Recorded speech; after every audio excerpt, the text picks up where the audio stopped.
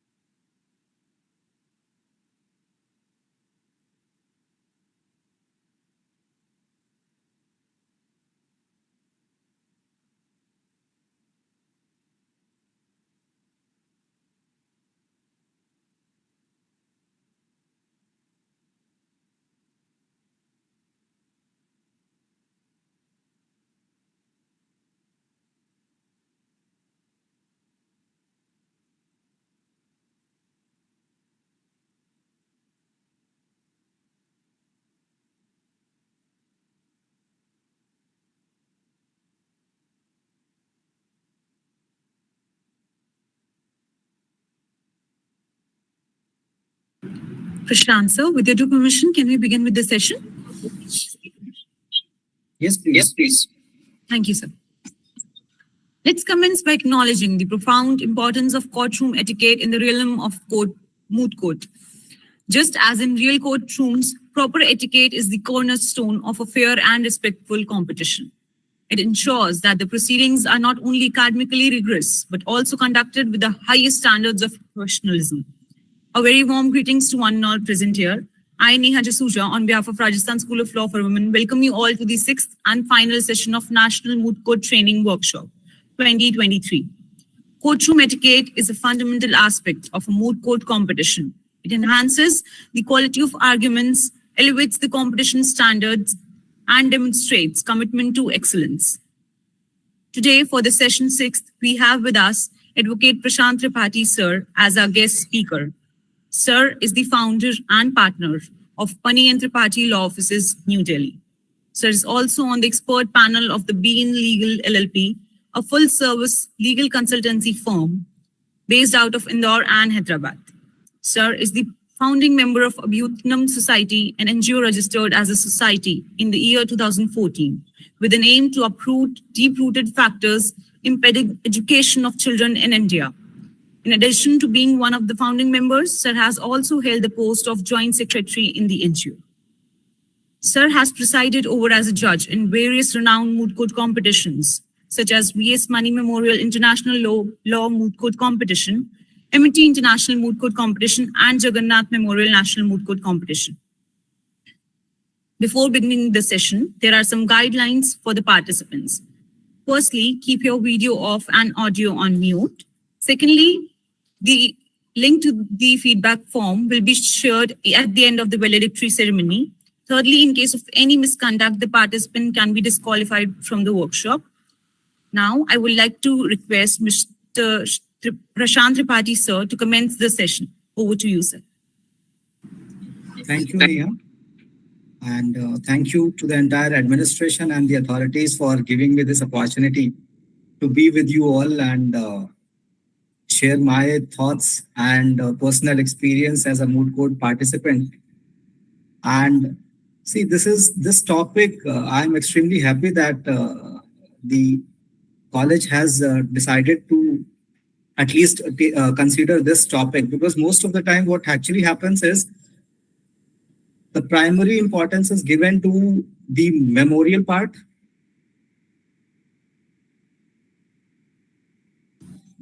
The presentation.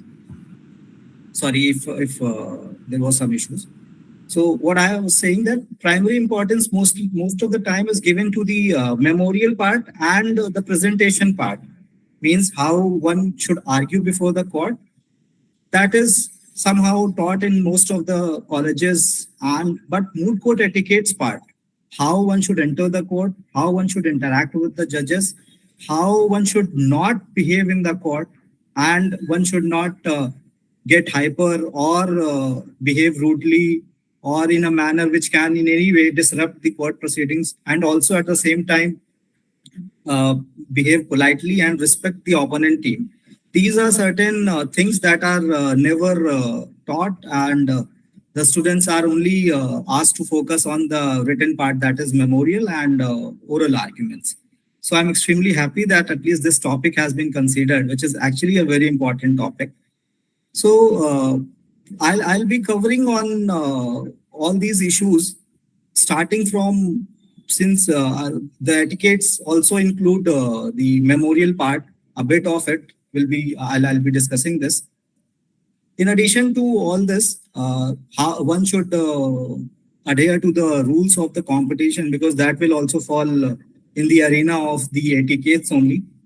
Then how one should enter the court, how one should seek permission from the bench, how one should address the queries, and how a participant should ask or seek permission from the bench to invite his or her co-counsel. What is the role of researcher, and how the researcher should behave in the courtroom, though it is mainly the oralists who are doing the job, but researchers do play a very vital role throughout the competition. And then I'll also discuss what should the participants do and what should they do not. And at the end, I will also discuss a bit of how one should leave the court, and how to actually behave and react when you win and the other team is declared as not the winner. So all these broadheads I'll be discussing throughout the session. And as required, I have also prepared a PowerPoint presentation of at least, I think, 20-21 slides, which I'll share with you all. And basis that, I'll share my personal experiences also when we used to participate in the moot court competitions from 2013 or till 2018. So all these things I'll be discussing. I hope there is a question round or something. If there is a question round, then I'll reserve a bit of time for the question session. Yes, sir. We can have the question session at the end of the session. Question round in the end of the session. Sure.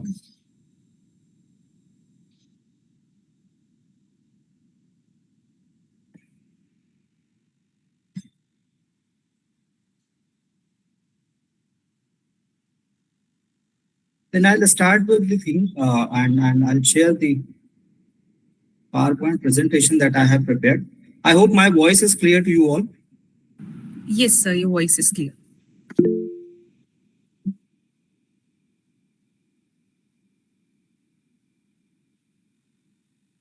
Great.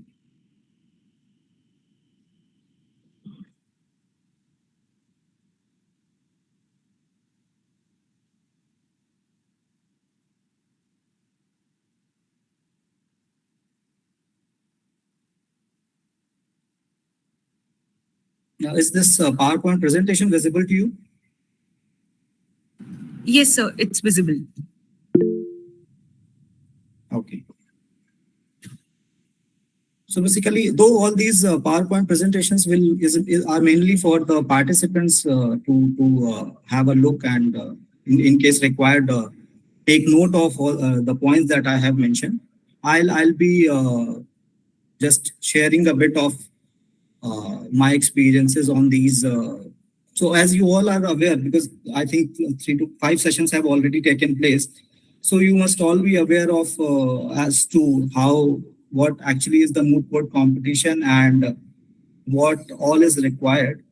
So basically, unlike the real courts, this is actually a mock court, where participants are given a glimpse of how the actual court functions.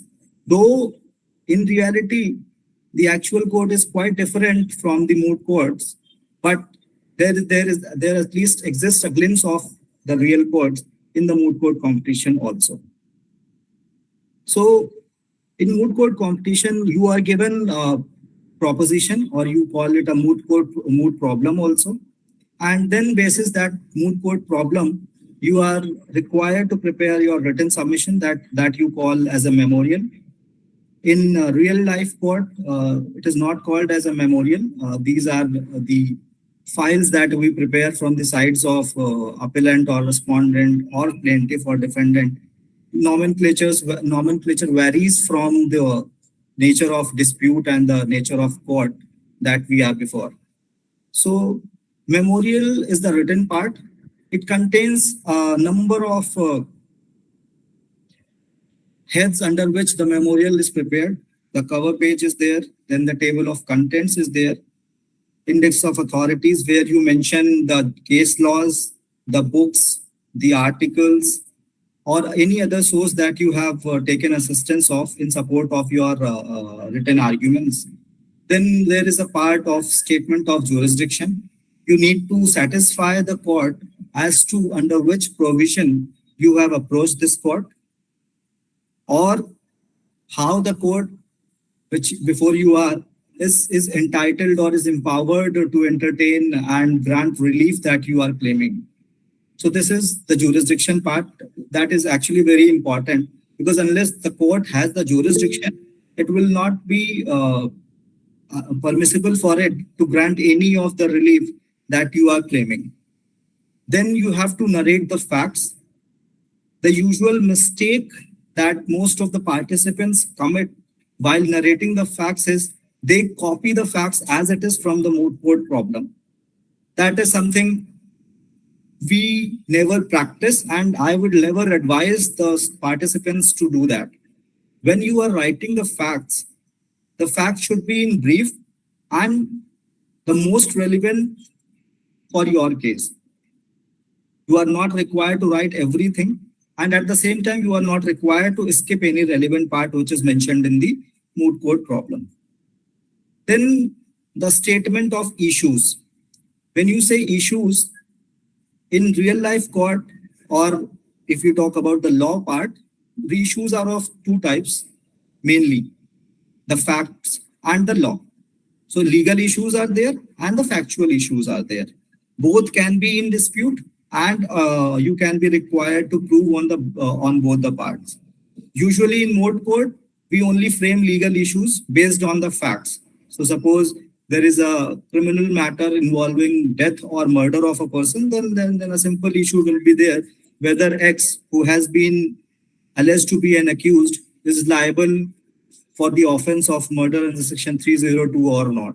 So this would be a simple issue that is framed in a moot court memorial. Issues can be complex as well. There can be many types of issue depending on the moot court problem that is before you. Then the summary of arguments. Again, this is a very important part of the memorial. The usual mistake, again, what students commit is they most of the time copy the arguments advanced part in summary of arguments also, or what they do is just remove a few paragraphs from the main arguments and then make it a summary. That is not what one should do.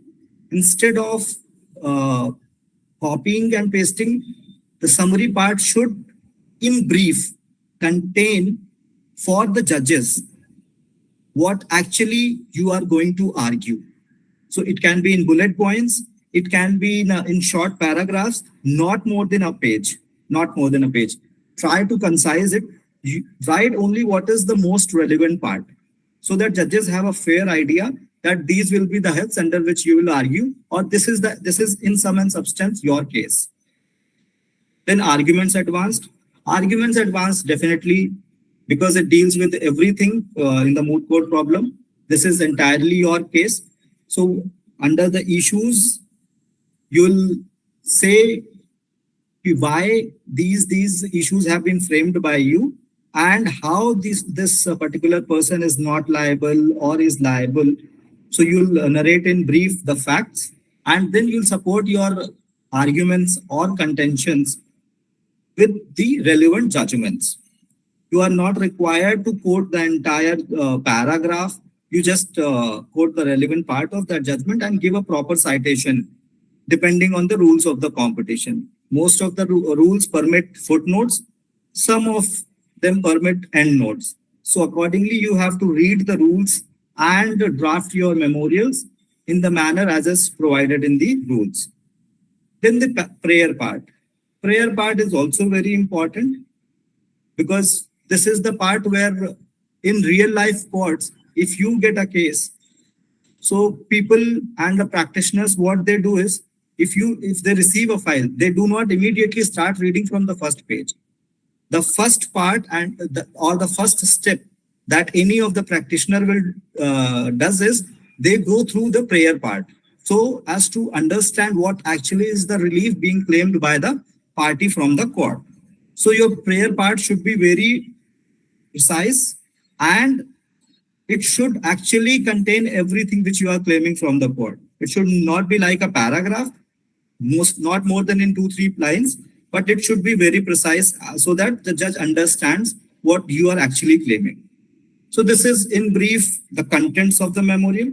Since this etiquette part will also cover the memorial, because if your memorial is not presentable, if your memorial has a variation of say footnotes or say font size, if your memorial does not have something which is mentioned in the rule, then obviously you are lacking on the part of etiquette or the manners.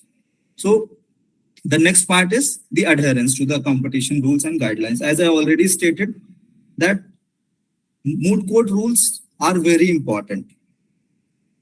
One should be thorough with the moot court rules, because if you are missing something from the rules, then obviously that will make you liable for disqualification or at least a penalty. So in most of the rules, they already provide penalty marks -2, -4, or whatever they provide. But these rules are very important. So you read the moot problem, and at the same time, equally important is your rules. You read the rules, and then the drafting of the memorial will depend on and will be according to the rules that are mentioned there. You cannot go beyond the rules. You have to frame and draft your memorial within the parameters and using the font size, the citation style. Many moot court competitions ask you to citation, provide a uniform citation or a general citation. They do not specify whether you have to opt Blue Book citation or Oscola or any other, or they have sometimes their own type of citation they direct. So accordingly, you have to follow. So this is in brief what the memorial is and what actually is a moot court problem. Now, another very important facet of the moot court etiquette is your attire, your appearance, how you appear before the court. Attire again is a part of the moot court rules. Moot court competition itself describe or define what actually the participants should wear. In any case, if the rules are not providing that, or the rules are silent about what to wear, you be in an advocate's uniform, except with the band. You are not allowed. In case rules permit you to wear a band, then you are generally it is permitted in trial advocacies. But when it is moot, you are permitted to wear a black tie. So a black suit with black tie, white shirt, black shoes. This is in general the uniform that is permissible. In case anything other is provided, then according to that particular rule, you have to put on your attire. But it should be presentable, and you should avoid rings or chain, or at least they should not be visible to the judges. Anything which can disturb or unnecessarily invite judges' attention should not be put on. The attire should not be such which can disclose or which tend to disclose your identity of the college or university, because that again will lead to a disqualification or penalty. While arguing before the court, make sure your suit or jacket, whatever you are wearing, is properly buttoned, and a normal thing is neatly and properly dressed up. So you have to be presentable, properly dressed up, because this is the first impression. Even in real courts, we have to ensure that we are properly dressed up, our shoes are polished, we are not wearing white shoes or something. So this gives a very good impression if you are in a proper uniform. And again, the attire will also add to your confidence, because if you are not properly dressed up or something is missing, then that particular thing will be continuously bothering you, and that will be going in your mind. So that will again disturb you in your presentation. So ensure that you are properly dressed up. Now you are dressed up, you have seen what the memorial is. Now we are entering into the court. Ensure that after draw lots are done and you are allocated your courtroom, ensure that you be there 5 to 10 minutes early, at least 5 to 10 minutes early, so that you can have an idea as to where you will sit, where the judges will sit, where the podium is, and where the court officers will sit, where your opponent party will sit, and accordingly you can plan your sitting in a manner that it is convenient for the oralist to stand up and go to the podium, and at the same time it is convenient for the researcher to pass on information without disturbing the peace and the ongoing competition. So if you reach at the last moment, or if you reach after the judges, then obviously all these things are noticed by the judges, and an adverse inference is drawn most of the time. Then obviously, the moment, if you are entering after the judges, please go down before the judges at the gate itself and seek permission to enter. In case you are already in the court and the judges come after you, then stand up the moment they enter the court, go down and sit only after the judges sit. Then yours sitting, in case usually in most of the competition, a common podium is there. In case separate podiums are provided and it is mentioned as to which side the appellant will sit, or which side will the opposite party will sit or stand before the court, accordingly you. Otherwise, in general, it is the appellant who has to take the left sitting, respondent has to take the right sitting. You have to face the judges, which is very common thing. Now, we have reached to a stage where the competition is now going to start. Usually what happens is the court officers will seek the permission from the judges to start the rounds. In case that permission is given and you are asked to start the competition and your rounds, please stand up and seek permission from the bench to approach the dais or podium, whatever is there. And the moment you get the permission, please reach the podium. Then again, greet the judges respectfully with a smile, obviously. Now, how will you address the judge? This is very important.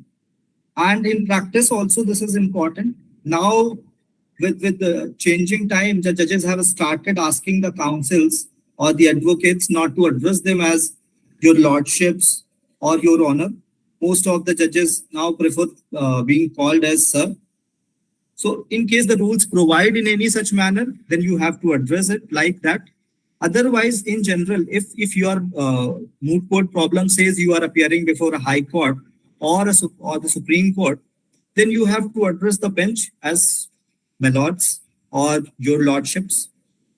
If a single female judge is sitting, you can address her as your ladyship. In a situation where a female judge and a male judge is sitting, then you can seek the bench the permission as to how you want to address them, as to whether it would be your lordship or the honorable bench or the honorable court or any other manner, or sir or ma'am, whatever suits. So, but please seek prior permission from the bench. Now, nowadays, what actually is happening is now we have the courts, not actually the courts, but arbitral tribunals also, electricity commissions also, insolvency matters are there. So now with the different fields coming into picture, now only the matters are not only before the actual courts. You can also be asked to appear before the tribunal. Say it is an arbitral tribunal or it is a company law tribunal if it is dealing with company matter. So usually in tribunal, we address the bench as sir or ma'am. We avoid or they do not even like to be addressed as your lords. So you can accordingly address them. It is totally the rules, your permission, and upon the judges how you want to address them. Now, if you are asking a question or seeking a permission and you are granted that permission, avoid saying thank you. Instead, prefer to say highly obliged. This is the most used word or phrase, that is highly obliged. Then avoid these general phrases like yeah or okay, all right. Try to be as formal as possible. May I proceed? Obliged. These are certain words that we use.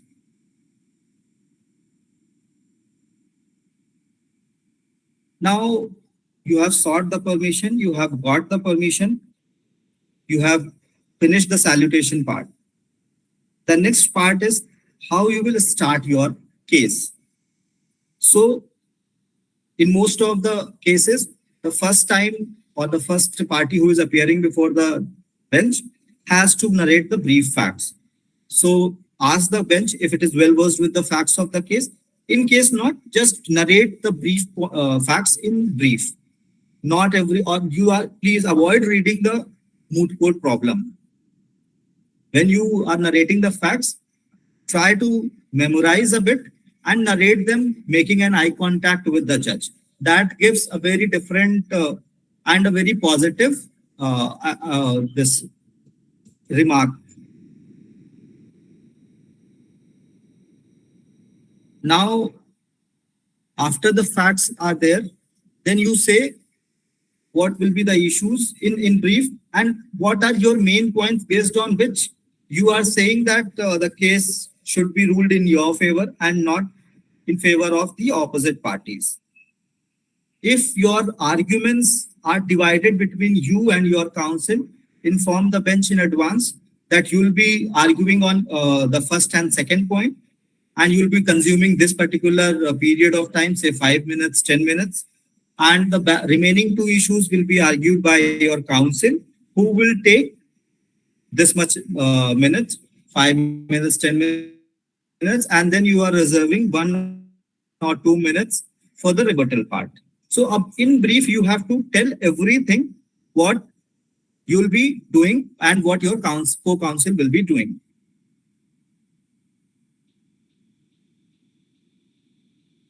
Then now you have given the brief, you have given an overview of your case. Now you start making submissions. As I said earlier, please avoid reading from the brief or from the memorial.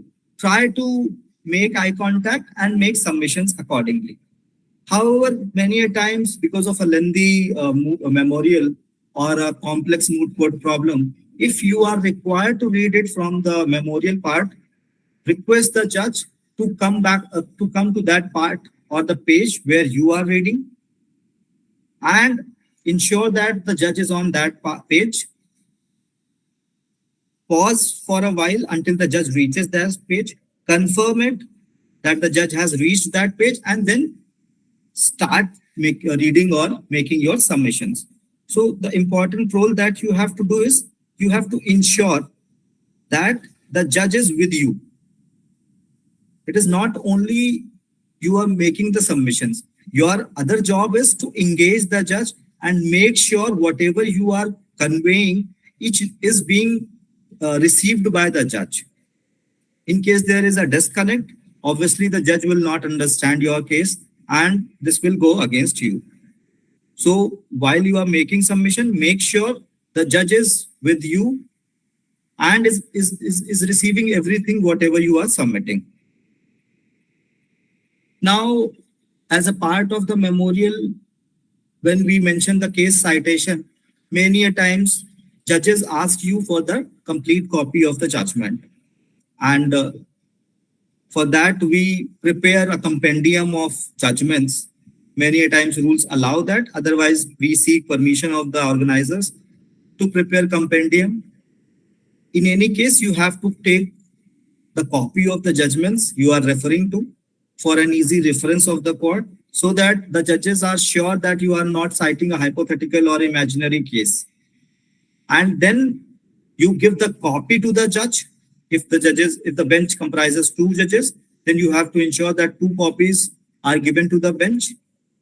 Once you have handed over the copy, request the judge or the bench to reach to the particular page number, and then you mention the page number and start reading, so that the judge can understand that yes, whatever your factual arguments are there are completely supported by a law that has been settled by High Court or Supreme Court. In case you do not have the copy of the judgment, or suppose a book you are referring, please avoid referring it to the court. Even if you have cited in the memorial, if you do not have the copy with you, or if you have cited a case but you are not well versed with the facts of that particular case, please avoid referring to. Because the moment you refer and the judge asks you about the facts and you are not sure about what actually the facts are of that case, then again it goes against you. So what you have to ensure is, even if you have mentioned something which has a weak role or something which is not that much stronger to support your case, make sure you avoid referring it, or make sure the judges do not take note of it. But the advisable part is, do not mention anything which you are not sure of. Mention only that part which you are completely aware of. Then once you are started your submissions, you are referring to the judgments. Another important part is, obviously, since there are judges, they will ask you question. They at times grill you. They bombard you with questions so as to confuse you. They ask number of questions to check your intelligence, to check your awareness, how aware you are about your case. They many a times what they do is, suppose you are reading the first page, they might take you to 10th page, and they ask you to read the 10th page, or they ask a question related to 10th page. So you should be in a position to address and answer each and every query that is being asked, even though that particular part might be a situation that that particular part from which the question is being asked will be dealt by your co-counsel, but try to answer. Many a times what participants do is, to avoid that question, to avoid answering that question, what they do is that my co-counsel will be dealing that part and my co-counsel will answer it.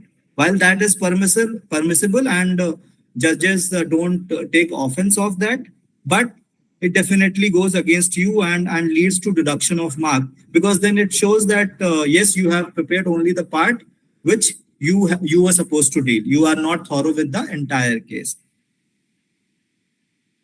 But when a question is being asked to you, don't be in a hurry. Suppose a question is being asked to you and you know the answer. Don't show the judge, or don't be in haste so as to convey to the judge that yes, you are aware of that question. Listen to it. After the judge has finished, you start answering the question slowly. And if that answer requires to be supported by some judgments which you have quoted and a copy of which is available with you, then please refer that judgment and relevant part of that judgment. As I said, don't try to evade any question that is being asked to you. In case you have not understood the question, you can simply and politely ask the judge to reframe the question or to clarify the question. All these are permissible, and nothing adverse will be going against you if you ask for a clarification or if you ask the judge to repeat the question, because asking the judge to repeat a question gives you a bit of or a few seconds to think about the answer. So that is also a smart move. But the manner in which you ask the question, ask the judge to repeat the question, or the manner in which you seek the clarification is very important. Be polite, be respectful, and then obviously the judge will entertain you.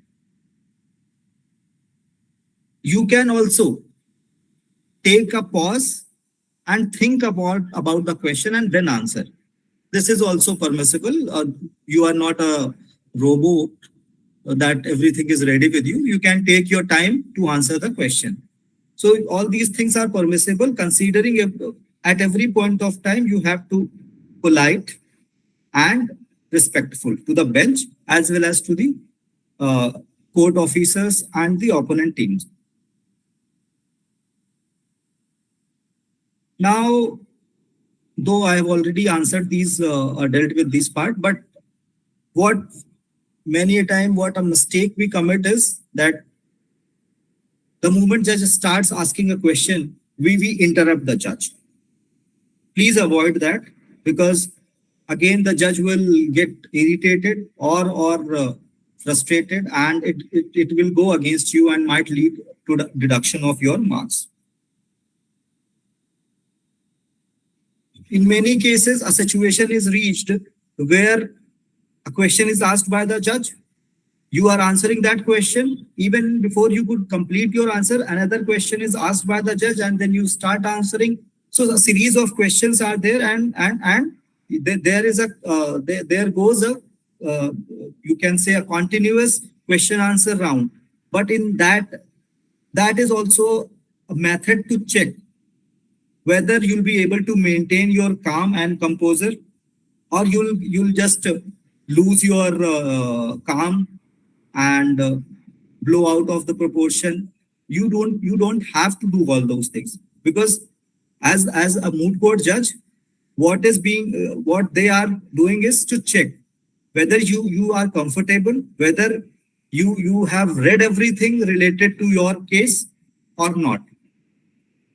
Even if your answer is incorrect, but somehow connected or related to the query that is asked, and it is in a way covered in your memorial, then also that can give you a benefit or a positive point.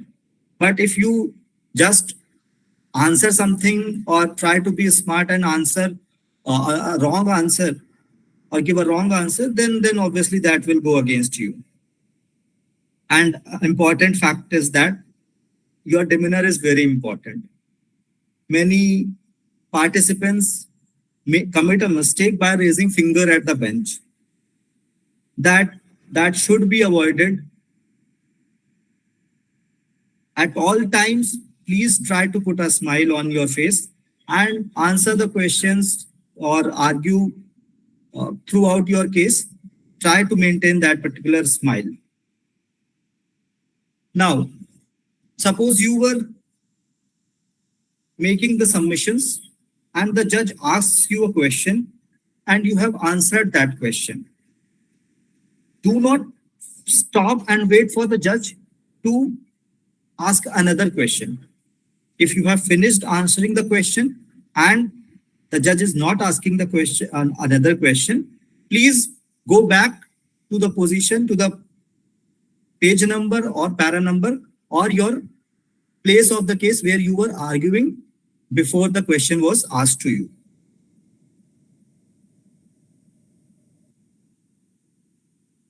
Now, suppose you have reached to that level where you are running out of time, you are 1 or 2 minutes left, or you just have exceeded the time, then immediately ask the judge the permission to conclude, or you can even ask for a permission to give you a few minutes extra. And most of the judges allow that. Suppose a very important part is missing, or the important part of your memorial is yet to be covered, and you have already ran out of time. So it is advisable to seek an extension, a 2 minutes extension. Otherwise, also many times during the arguments, we miss a very vital argument. So this is the time when during the extension, you can make submission in brief on that particular part. And so that the judges take note of that important argument that you had missed earlier. Now, when you have finished it, go down before the judge and quietly go back to your seating place. Avoid doing anything or any act which can disturb or which can tend to disturb the court proceedings. Go and sit and avoid murmuring. Because most of the time what we do is, the moment we are finished, we start talking with our researcher or the court officers. Avoid that. Avoid as much as possible. Because everything is being watched and everything is being noticed by the judges. They take note of everything, and then accordingly, because if you see the moot court rules, 5 or 10 marks are always there for courtroom mannerism or the demeanor part. So all these things are noticed and marks are given on the basis of that. I'll tell you a very important observation that a judge in NLIU Bhopal made while I was making submissions in a trial advocacy. So it was in 2015 that I was participating in Surana and Surana trial advocacy that was organized in association with NLIU Bhopal, National Law University Bhopal. So I was supposed to cross-examine the witnesses. In trial advocacies, you are given witnesses whom you have to examine. And it was, I think, around 11:45 in the AM morning or 11:50 AM. So I was continuously looking at the watch so that in case the time goes above 12, I'll address the witnesses as good afternoon. So for that particular purpose, I was continuously watching the watch. And this thing, after I finished the round, this was noticed by the judges. And during the review part, during the feedback part, they pointed out to me that this particular thing has gone against me, and I should have avoided all these things because it was distracting the judges also. It was equally distracting me as an advocate because my attention was more on the watch instead of examining the witnesses.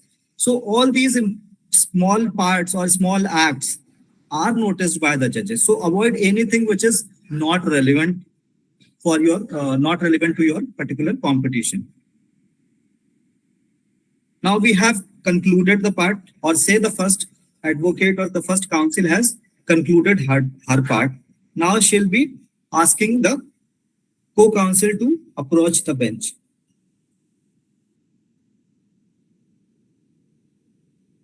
Even for asking or calling the co-counsel, try to seek the permission from the bench. As I've already mentioned in the presentation or this PPT, that usual phrase is the counsel humbly seeks permission to call upon the co-counsel who will be dealing with the issue number 3, 4 or whatever is the case. So even for this thing, please try to seek a permission from the bench by using polite words, humble words, and then go back to your seat. And when the permission has been granted to you, that yes, you can call the co-counsel, what you have to do is the co-counsel will now come to the podium. You have to go back to your seat avoid showing your back to the court or the bench, because though nothing is wrong in that, but it gives a wrong impression on on your part. So avoid showing your back to the court. Now you please go and sit and let the co-counsel argue. Whatever I have told till now will apply equally on the co-counsel also, because she or he is the second oralist. So all those points that I have dealt with up till now will apply on the co-counsel also. Now we are moving to the researcher. Researcher is the silent player, but a very important player of the entire moot court competition. Even though most of the time the entire credit is given to the speaker or the oralist, but researchers do have a vital role to play in the winning of and making good arguments by the oralist. So a few tips for the researcher is also are also very important.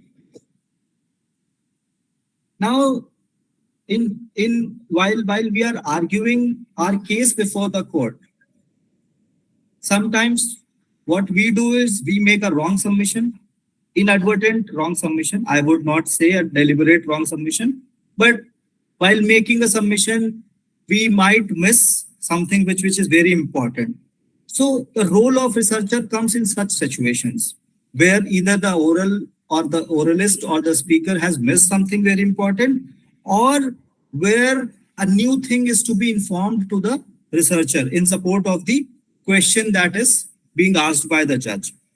Many a times the speaker is not in a position to answer, but the researcher knows what actually is the answer to the question. So she or he can immediately pass a chit to the oralist or the speaker so that he or she could take assistance from that and answer the question. So the manner in which you pass your chit becomes very important. You need not stand up and go directly to the oralist. What you have to do instead is write on a sticky note with a marker boldly so that the speaker can read it easily, and try to pass it through the court officer, because that will engage the court officers also, and it will give a very good impression that yes, whatever you are doing is doing through the court assistance. In real courts also, I'll tell you, in real courts also, if you are required to pass any judgment or any circular or any notification guideline or any other material that you are required to provide to a bench or judge, you are not allowed to go directly to the bench and then hand it over to the bench. What you have to do is you have to go to the hand over the particular guideline or whatever information is there to the bench, to the court officer, and court officer make a note on that particular part, that who has submitted it or in which item number was submitted, and then they pass it to the bench. So this is the correct method or procedure in which you pass your information. Do not make any attempt to speak or initiate any conversation with the oralist while she or he is arguing, or while she or he is being asked to answer a question. As I told you, please use sticky notes and write whatever you have to write on it through marker and pass it through the court officer. That would be the role of the researcher, and a few tips for the researcher. Now, a few general things that every participant, be it a oralist or a researcher, or everybody is bound to do and these things and not to do certain things. This is a very general thing that one must follow. So one thing is that, obviously, as I have been saying it repeatedly, that when you are addressing the court or throughout the time you are in the court, you have to be very polite, respectful, courteous. This is must. It is non-negotiable. You cannot deviate from it, and you cannot take the judges or the court officer or your opponents for granted. Even if you have made a good presentation, you have made marvelous arguments, and you know that your case is extremely strong and nothing can go against you. A bit of rudeness or any act having a tendency of lacking respect, then obviously it will go against you, and everything that you have done good will lose its significance. You have to be respectful no matter how the situation is. You do not have to get rude or irritated. Also, another important point is many a times while you are arguing, the judges have a query, but before asking directly to you, what they do is they consult among themselves that whether they should be asked or not, or could it be framed in any other manner or something sort of that. So whatever they are discussing, the moment they start discussing them amongst themselves, you need to pause and wait for the judges to finish their discussion. The moment they have finished their discussion, you please start making your submissions. Okay. Then obviously, as I already said, you don't have to do any act or make any gesture which can undermine the seriousness of the proceedings. You need to be very serious and show that yes, the competition in which you are participating, you value that competition, you value the sanctity of the competition, that competition is important for you, and it is not just that you have come because someone wanted to participate or your college wanted to participate. So you need to be very cautious throughout the round or throughout the time you are in the court and the judges are there. Another important part is there, while the opposite party is arguing, while the opposite side counsels are arguing, so please take note of the important points on which you have to counter them during the rebuttal part. This will help you in understanding what actually your opposite party is arguing and what is the weakest part they have argued, which you can harp upon and ask a question in a rebuttal which they might not be in a position to answer. So you have to be very vigilant and diligent while your opponents are arguing. It's not like that you have presented your case and now you have slept or you are lost somewhere else, and you allow your opponent to say whatever they are saying. If your opponent team is saying something wrong or is arguing something contrary or is arguing beyond the scope of the rules or the moot court problem, because as a smart move, if a moot problem is silent on some aspect or is not mentioning, because if something is silent, then obviously many judges say yes, it can be said that something new can be added to it. So something, if that sort of things are being done and you are not attentive, then you'll miss something, and you'll not be able to counter or get that material excluded from the arguments or from the notice of the judge. So throughout the competition, you have to be attentive and vigilant.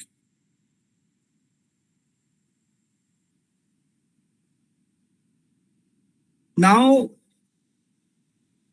a few times what the participants do is, while they are arguing their case, they immediately ask a question addressing to the opponents or their opposite parties, and they expect them to answer it during their rounds or the time when they will argue. This thing should be avoided, and you should wait for every question to be asked in rebuttals. So you take note of your questions and ask them during the rebuttal part only.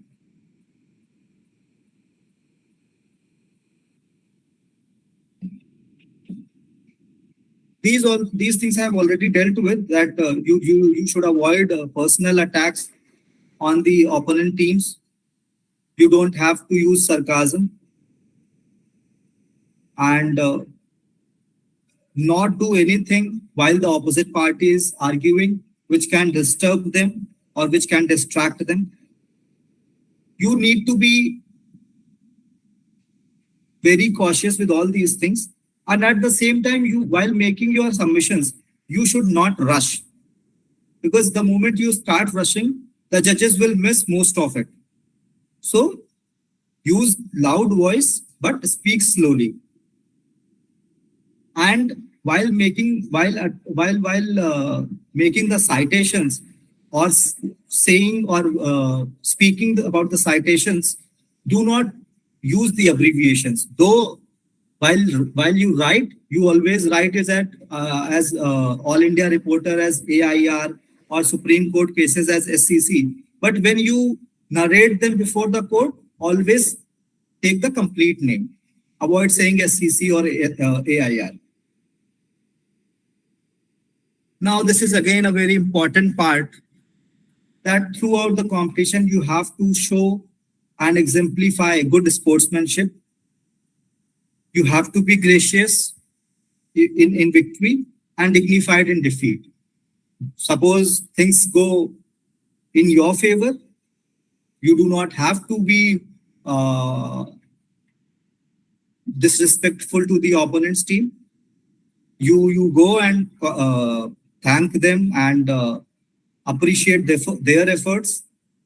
And suppose things go south and not in your favor, then obviously you go and congratulate the winners with a smile and learn what mistakes you have committed in the round.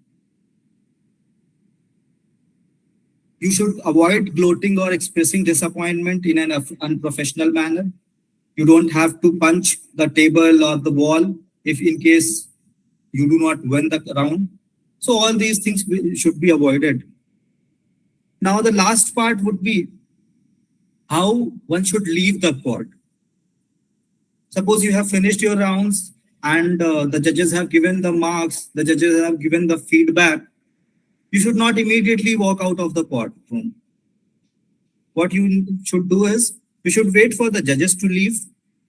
The moment judges stand up, you should immediately stand up from your seat and go down and let them leave the court. Once the judges have left, you please leave the court peacefully without making any unnecessary noises or anything. So this was in brief, or say this was all about the moot court etiquettes that one should follow and remember it and take note of all these important aspects while joining or while making their submissions. I hope I was clear and my voice was there, and even the PPT was visible to the participants. Now, if you have questions, I can address them.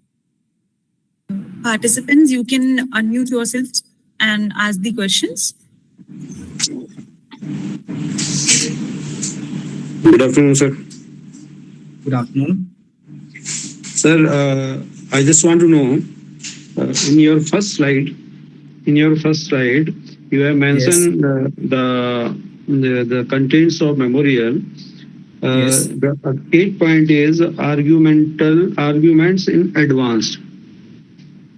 Yes. So I didn't understand this. So please, can you explain again?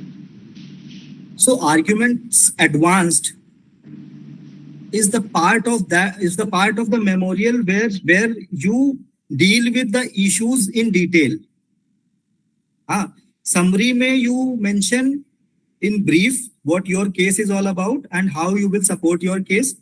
When you deal with, when you come to the arguments advanced part, this is the detailed part where you have to write the facts also in support of your case. You have to mention the statutory provisions or say legal provisions in support of your case. And at the same time, you have to support your contention with the relevant judgments.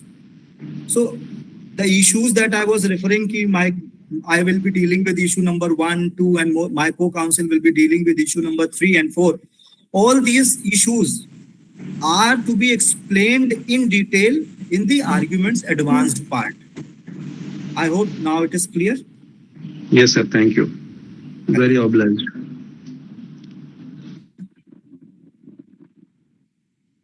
Good afternoon, sir. Good afternoon, Niharika.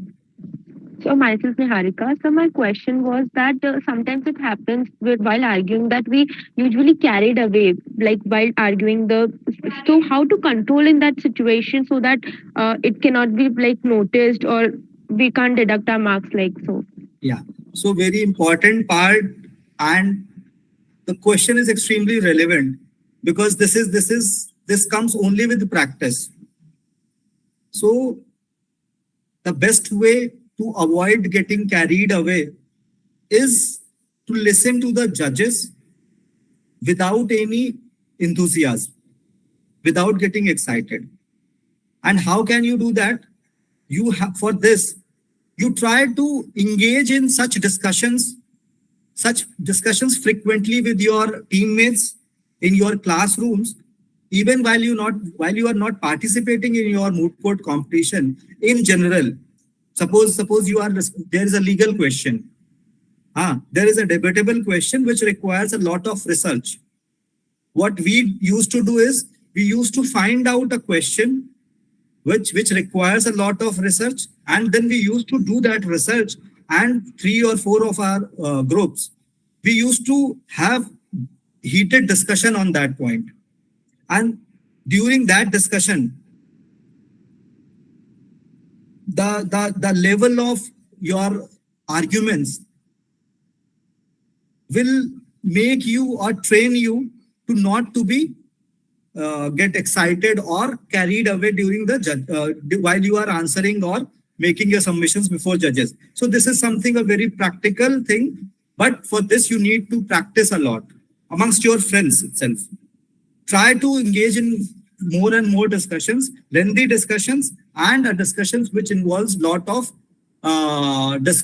research and a way that can lead to or make it a heated discussion, so that after 1 or 3 such discussions, you'll understand, you see, this is a very small part, and we just get carried away because we have to prove our point. But at the same time, if we inculcate a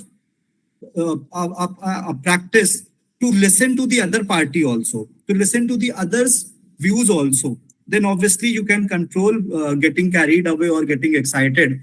You just have to develop a feeling and an approach that yes, you have a point, and at the same time, your opponent or the person who is asking you or discussing you has also or can have a valid point also. So you just develop a approach of hearing and listening the other party, nothing else. If you listen to them properly, then obviously you'll not be getting carried away or getting excited. Thank you so much, sir. My doubt has been cleared.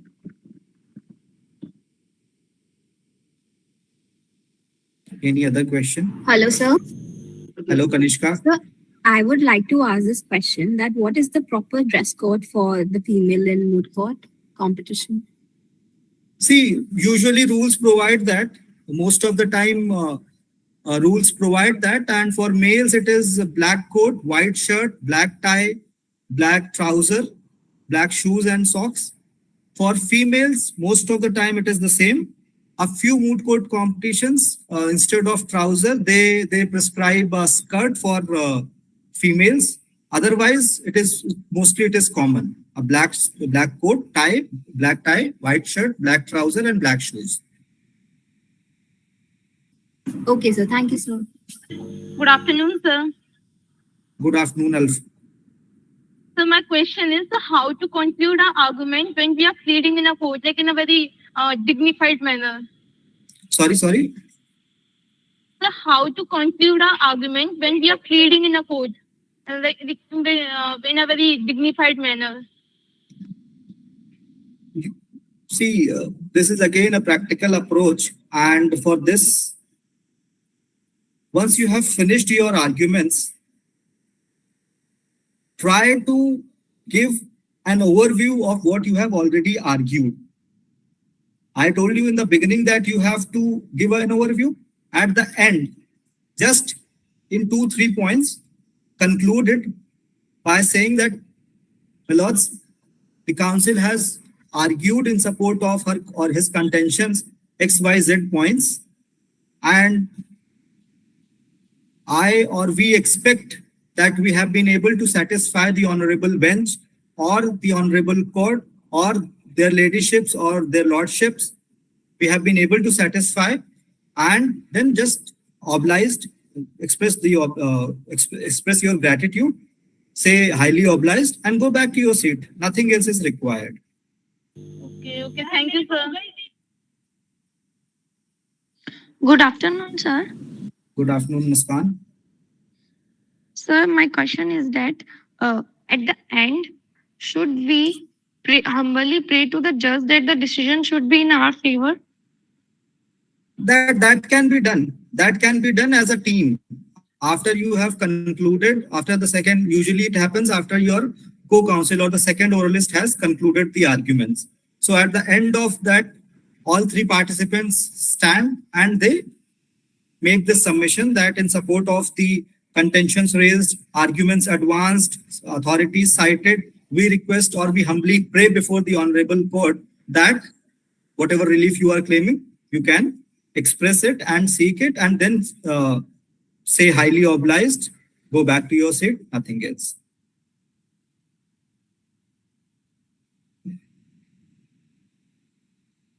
Thank you, sir. Good afternoon, sir. Sir, actually, I have a request to make. Sure. Sir, can you please share your PDF with all of us I'll do it. on like group? Yeah, I'll do it with the participants. Sorry, the organizers, and you can get it from them. Thank you so much, sir. Welcome. Sir, I have a question that what are the courtroom etiquettes of a researcher? See, I already dealt with it in detail in the presentation itself. But again, I would reiterate that for a researcher, the important part is the dress code.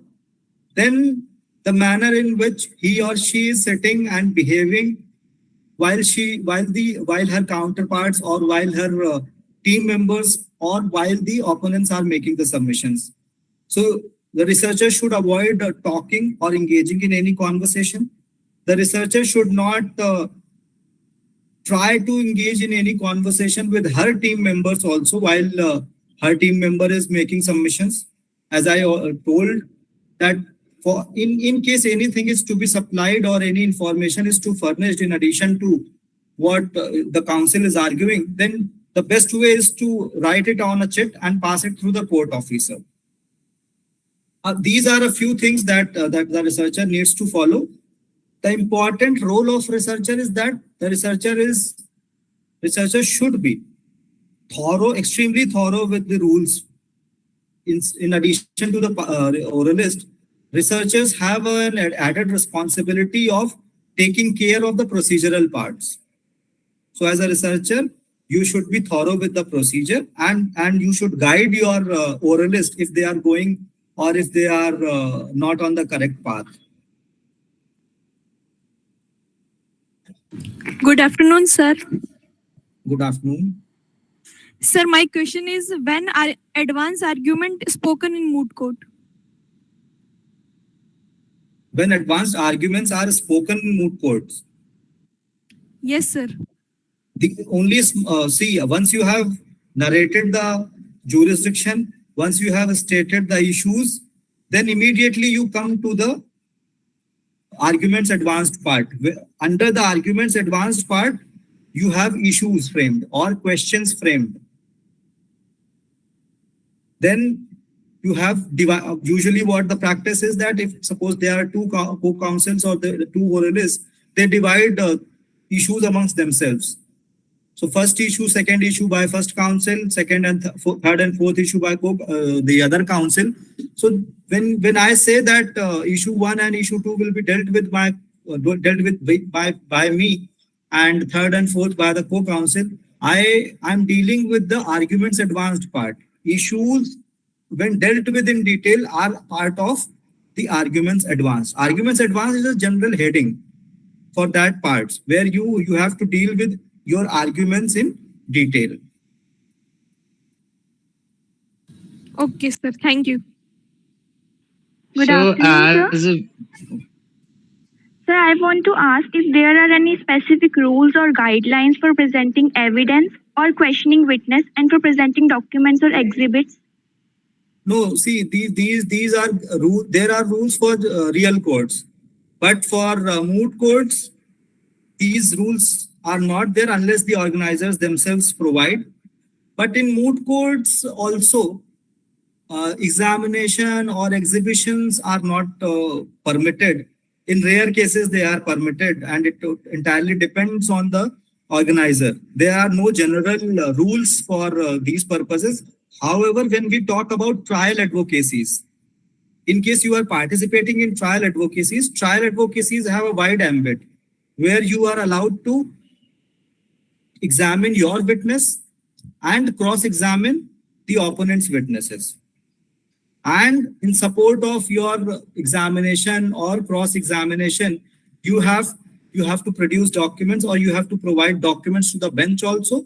And suppose it, because obviously all these things usually take place for moot as of now we are talking about. So in trial advocacies, criminal moots are there, criminal propositions are given. So for refreshing the memories of the witnesses, or for contradicting their statements that they have made to police authorities under section 161 of CRPC, all these documents can be used and they can be shown to the respective witness that to counter them or to contradict their statement, to say, see, you have said XYZ thing before the police, now you are saying something else. So what is the correct one? The one you said before the police one is the correct one, or what, or the one that you are just submitting now? And accordingly, with respect to these provisions, section 133 onwards, examination part is there in the Evidence Act. So all these come into picture, but these are limited to the trial advocacy part. In moots, usually these two things are not there. Okay, thank you, sir. Sir, while having a cross-examination with the other parties, so like as the cross-examination, while the facts are also support him that, but the statement is false. So how we can change the statement, and so in that case the judge don't overrule us. So how we can properly ask the questions in a proper obedient manner? No, see, if facts are against you, no, so the facts supports him that as we're cross-examining some person, right? And but the facts is kinds of match him, but not exactly the situation. The statement is false, as we know, as I know that. But I want to make him that he's saying that not correct. So I want to he sahi nahi bol raha, right? I'm sorry for that. But ये सही नहीं बोल रहा है statement को, statement match नहीं कर रहा. सो उस केसेस में उसको सर मैं किस तरीके से उसको मतलब सही करने को बोल सकूं कि झूठ बोल रहा है, ताकि जज मुझे ओवररूल ना कर सके, यू आर फोर्सिंग हिम, और there is no concern in that thing. So this question extremely exactly deals with the statutory provisions of Evidence Act. So there are two things where one thing permits contradicting a witnesses, the other one is impeaching the witness. If he's making a wrong submission, or if his statements are wrong, then you can contradict his statements by confronting him with the other material available. Suppose the facts say that XYZ murdered, X murdered Y, and Z witnessed the X murdering Y. Facts say this, but in court, the witness is saying something else, that he has a weak eyesight, or it was dark, so he could not see it properly. But at the same time, before the police authorities, he submitted that, yes, he could clearly see everything and all. So these statements where he said that, yes, he watched everything clearly, and there is he has a clear eyesight and there's no problem with his eyes. So all these things can be brought before the court, and you can confront his present statement with the previous statements. And then you can support or say that, yes, whatever you are saying now is false. So all these things are covered in the Evidence Act. And all these things mostly depend on the facts and circumstances of each case. As a general practice, nothing can be laid down. Only the laws are there. As I told you, that you can impeach the witness, you can question his credibility, you can question his character, because in terms of the Evidence Act, bad character is not relevant, good character is relevant. So suppose some frivolous allegations have been leveled against a person who has an extremely good character. So you can, while cross-examining or while chief examining, you can bring the previous character, the previous good character into picture to support your contention, your case, that see, this person is of this virtue and he cannot do all these things which are being leveled or alleged against him. So all these things are there in the Evidence Act, and you can go through it, and in your case, everything will depend on the facts of your particular case. Okay. So I have another question, like suppose if this is a minor person, okay, and he has seen that crime, and we have tell him to, like, you should confess in that courtroom. So, and whether the statement will be like हम उसका statement, the judge will be मानेगा कि statement है वो minor है basically. उसे false statement भी दे सकता है, but उस time पे वो correct statement दे, उसने crime होते हुए देखा है वो चीज, but वो minor है, तो उसका हम statement माने या नहीं? No, his statements are equally valid and admissible in Evidence Act, and the judges and the courts permit and accepts even the statements made by minors. Minors are not ineligible for making statements. If they have witnessed something, they are entitled and they are eligible to narrate the same to the court, and their admissions are, or their whatever statements they are making, can be admitted in the court without any obviously if there is any inconsistency which is subsequently proved, that will be a different situation, but prima facie their statements are admissible. Sir, may you explain that what is the phrase to ask judges about how to address them, like your lordship or ladyship or your honor? Immediately the moment you reach the podium, you immediately ask them, or just mention them, or say, usually the statement that we say is, with the permission of the honorable bench, the council would like to address the honorable bench as your lordships or your ladyships or sir, or you can even say that the council would like to address the honorable bench as the honorable court or honorable bench. So this is a simple statement that you have said. Just use with the prior permission of the honorable court. Okay, sir. Thank you, sir. Momal, you can ask your question now. Thank you, Dee. Sir, my question is, if we not conclude our argument, it's deduct our marks? If you do not conclude your arguments within time? Yes, sir. Obviously that might lead to a deduction, because you have reserved 10 minutes for you with your only experience that you'll be able to cover 3 issues in 10 minutes. But if you are suppose not able to conclude your arguments within those 10 minutes, it might lead to a deduction of the marks. But at the same time, judges take note of the fact that yes, your time has gone because of the questions that were being asked by the judges, and you were continuously answering those questions. So even if you are not able to conclude the entire part in the reserved time period, many a times judges don't take it against you. So it will depend whether the reason why you could not complete. The reason is, if the reason is attributable only to you, then obviously it might lead to the reduction of the marks. Otherwise, not. Thank you, sir. So, in female dress code, do heels be considered as informal? Sorry? Sir, in female dress code, do Yes. heels or high heel sandals be considered as informal? Not informal, but you should avoid it, because even real codes do not permit such things. See, Okay, you have to be formal.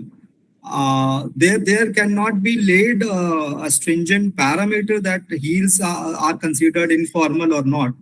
But you need to be formal and try to follow the dress code that is something permissible or generally accepted. Suppose you are going in a real court, then you will not put on heels now. So better to not to use it even in a moot court.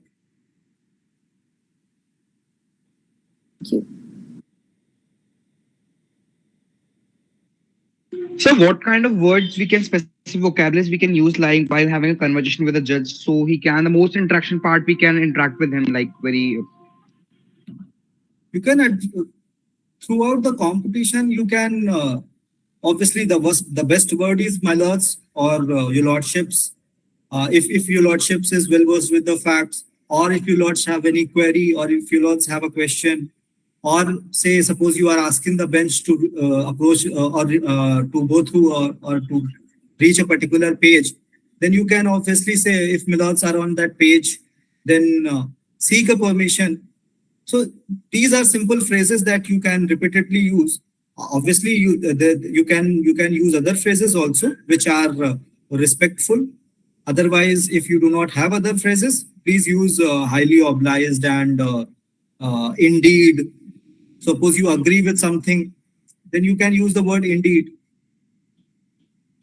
So as we seen that like in high courts or supreme court, they used to like specific English and vocabularies, like specific words for the statements, right? So and how we can use that vocabularies in that part? We have to use specific like English only, like or like first in Hindi words, like. See, in district courts, Hindi is permitted. In Delhi, if you talk about, in Delhi, it is it is English which is permitted in Delhi district courts also. If you go to some other courts, their regional language is permitted. So it depends on the rules of that particular court and rules of the high court also. So for these purposes, if you talk about real courts, the rules of the high court come into picture and everything is mentioned there as to how you need to address them or which language you'll use. So everything is mentioned in all these rules and you can accordingly follow these rules and present yourself. Sir, I have two questions. The Yes, first is if the oral advocate happens to have a slightly dry throat in the middle of its summation, is it okay to drink, have a sip of water, or should we avoid that during the summation? It is permitted and you just need to seek the permission of the bench, nothing Right. else. Just inform the bench, seek its permission, and then obviously please drink it. Right. Don't take your throat for granted. Yeah. And the second question, sir, is it okay to cite a case law in which one of the judges was the deciding judge? Yes, it is. In fact, it is the best practice that we follow. In real courts, what we do is, suppose we get to know that our matter is listed before X judge. So the usual practice that we do is, we immediately ask our team, or in fact, on our own, we do a research that what is the view of this particular judge on the issue that I will be arguing tomorrow before him. So in case there is a judgment favorable to us and that judgment has been passed by that particular judge, then you must use that judgment so that he cannot obviate or he cannot deviate from it or take a contrary opinion in your case. He is bound by his opinion at least. So he will that will be the best practice, and this practice is followed in real courts also. Thank you, sir. Sir, we have two questions in the chat box by Gaurav Bijolia. First question Yes. is, sir, during moot court, sometimes judges demand some document relating to case which are not provided in moot court problem. Then how to answer that? See, unless you have those documents along with you, you simply say that, my lords, the moot problem is silent on that part. And also you can take the bench to the particular rules where there is a bar on providing any additional material, and then you can immediately submit it to the court that, my lords, the rules do not permit providing any additional material, and therefore by virtue of that rule we are barred from providing any additional material to the honorable bench, then this will serve your purpose, because you cannot go beyond the rules of the competition. So this will serve your purpose. Second question is, sir sorry, you may ask your question. Sir मेरा question ये था, जैसे हम memorial बनाते हैं तो उसमें argument advanced में अगर लैंडमार्क जजमेंट डाल दिए है ना, फिर उसके साइटेशन में वीडियो होता है ना सी ऑल्सो वाला, है ना, तो उसमें बाकी के जो जजमेंट्स है वो लिख दिए, है ना, वो सही है या फिर उन जजमेंट्स को वहां पे ना लिख के हमने टेबल ऑफ केसेस में डाल दिए, वो सही है? I would say don't use even in table of contents also. If you have a good judgment, if you have one single judgment which is completely applicable in the facts of your case, then use only that judgment. In books or in judgments, what we see is they write C and then particular judgments they mention. So those judgments are also on the same points or dealing with identical situations. You are not required to quote all those judgments, because that will cast an additional burden on you to be thorough with those cases also. And if you are supposed not in a position to answer a question with respect to those cases, then it will lead to deduction of marks. So better quote or cite one judgment, but be thorough with that particular judgment. Though in general practice, just to show that yes, we have done this much of research, we quote or we cite 120 judgments, that is not required. In fact, in real courts, actual courts, that is seriously not required. If you have a single judgment in your favor, that is more than enough. Thank you, sir. Any other question? So what's your experience about the moot courts and all the things? Like you have been mistakes in like past also. So what do you want to recommend like students? You should be very careful about these things. See, the first suggestion, the first recommendation that I'll make is keep participating in as much as competitions as possible. Because in every competition that you will participate, you will commit a new mistake and then you will learn a new thing. I'll tell you, in my first year in the first moot court competition, I went as a researcher because I personally used to like to argue the case. So that was a competition where I experienced the role of researcher, and then because obviously I was a first year student, so I experienced my seniors arguing that particular case. In the second moot court competition, that was in Jodhpur, I participated as an oralist, as a second speaker, and I was in second year. So, and I was not thorough with the Transfer of Property Act provisions and number of other laws that was there in the moot court proposition. But I focused only on the part that I mentioned in the memorial. And unnecessarily, or say out of curiosity or enthusiasm, I just mentioned something related to that because of this, our client has got a vested interest in this particular thing. The judge immediately asked me, which provision defines vested interest? I could not answer it because I did not have the occasion to read or understand. I thought vested interest would be a general layman term. So I just mentioned it. I learned from that particular part is that yes, whatever you say, please be aware of it and see if it is covered or it is defined in some part of the law. The another mistake that I committed in one of the moot court competition is that it related to some property dispute. So a question arose as to what is the market value. What do you mean by the market value?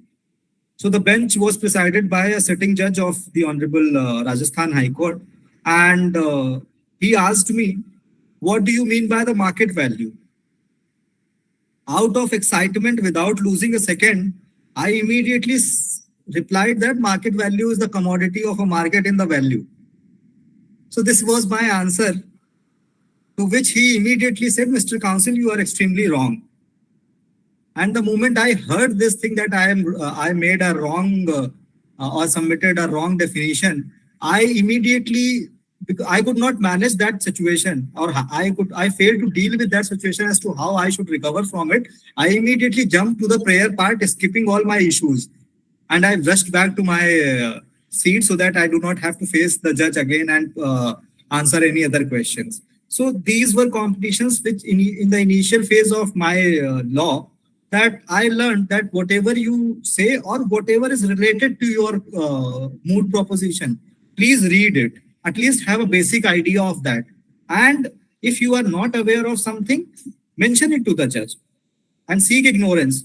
Inform the bench that you are not aware of that particular question exactly, but please do not answer it wrongly, or do not just cook up something and answer it the way I did. That was wrong. So you should avoid all these things. Sorry to interrupt. We can have the last session from Sophia.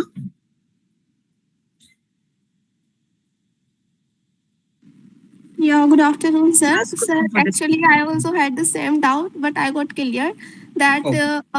if we don't know the answer asked by the judge, then how to tackle the situation. But you have very much clarified that. Two ways can be there. Suppose you are a first counsel, or you are a second counsel, and the question is asked and you are not aware.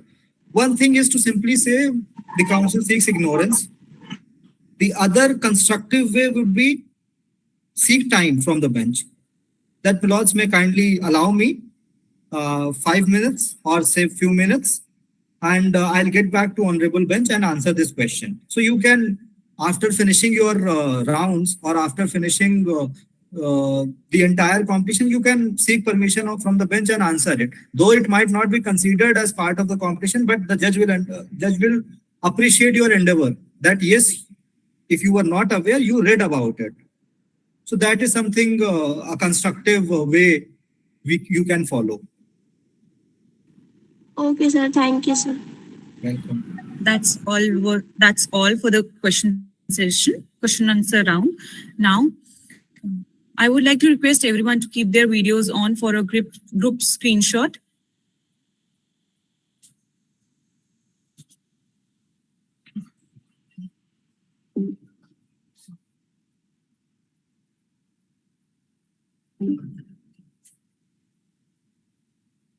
I would like to invite Dr. Surabhi Parekh ma'am for delivering vote of thanks. Ma'am, please.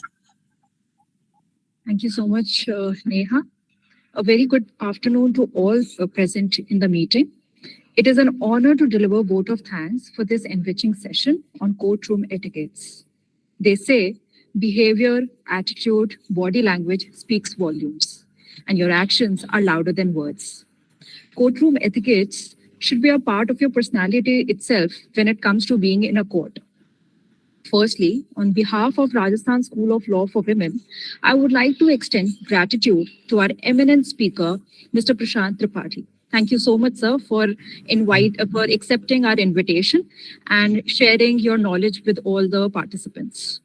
Sir, you've rightly pointed out as to how one should enter the room, that is the courtroom, or how one should leave the room, how respectfully and courteously one should address the judges, not just the judges, but the opponents or the officers of the court. So I am sure that it was really enriching for the participants here, and they are gaining something out of it and leaving this session with immense amount of knowledge. You've also answered all the questions so patiently and so calmly. That was commendable. Next in row, I would like to thank our principal ma'am, Dr. Vartika Arora, for supporting second moot court workshop and acting as a backbone for organizing the same. I would also like to thank Dr. Disha Bangarwa, co-convener, and Ms. Palak Vashisht and Ms. Khanjan Sharma, the organizing secretary of moot court workshop. My profound thanks to the moderators and the volunteers who are working or have worked tirelessly for making this workshop a success. I extend my gratitude to the non-teaching staff and the support system of our college. And lastly, to all the participants, without them, this would not have been possible. So thank you so much for joining with us. Thank you. Thank you, ma'am.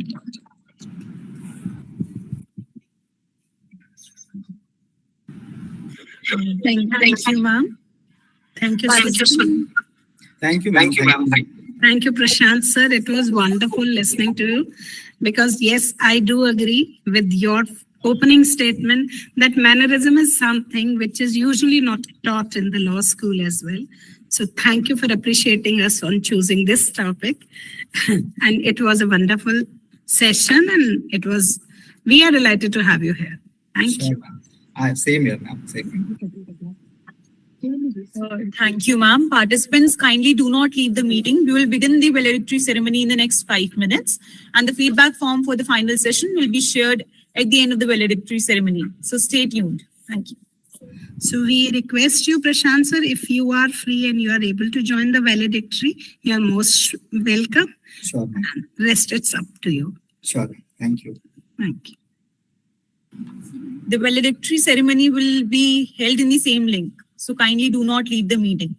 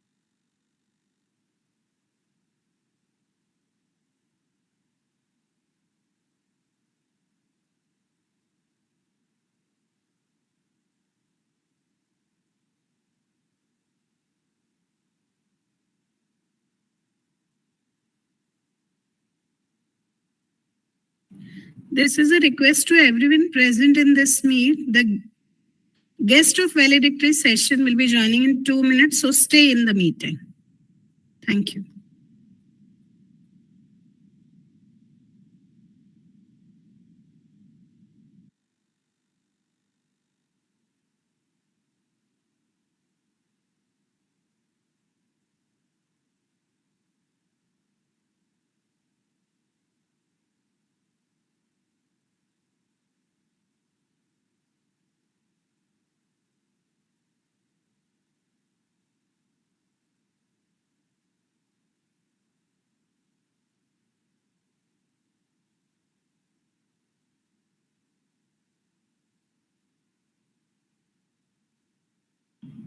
Moderators. Yes, ma'am.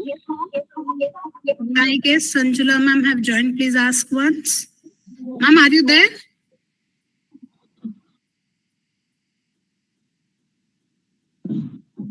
Ma'am is there. Yeah.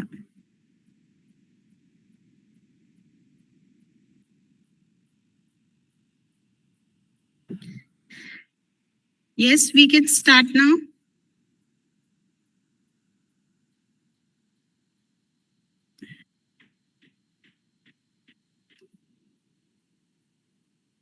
Ma'am, with your due permission, may I start?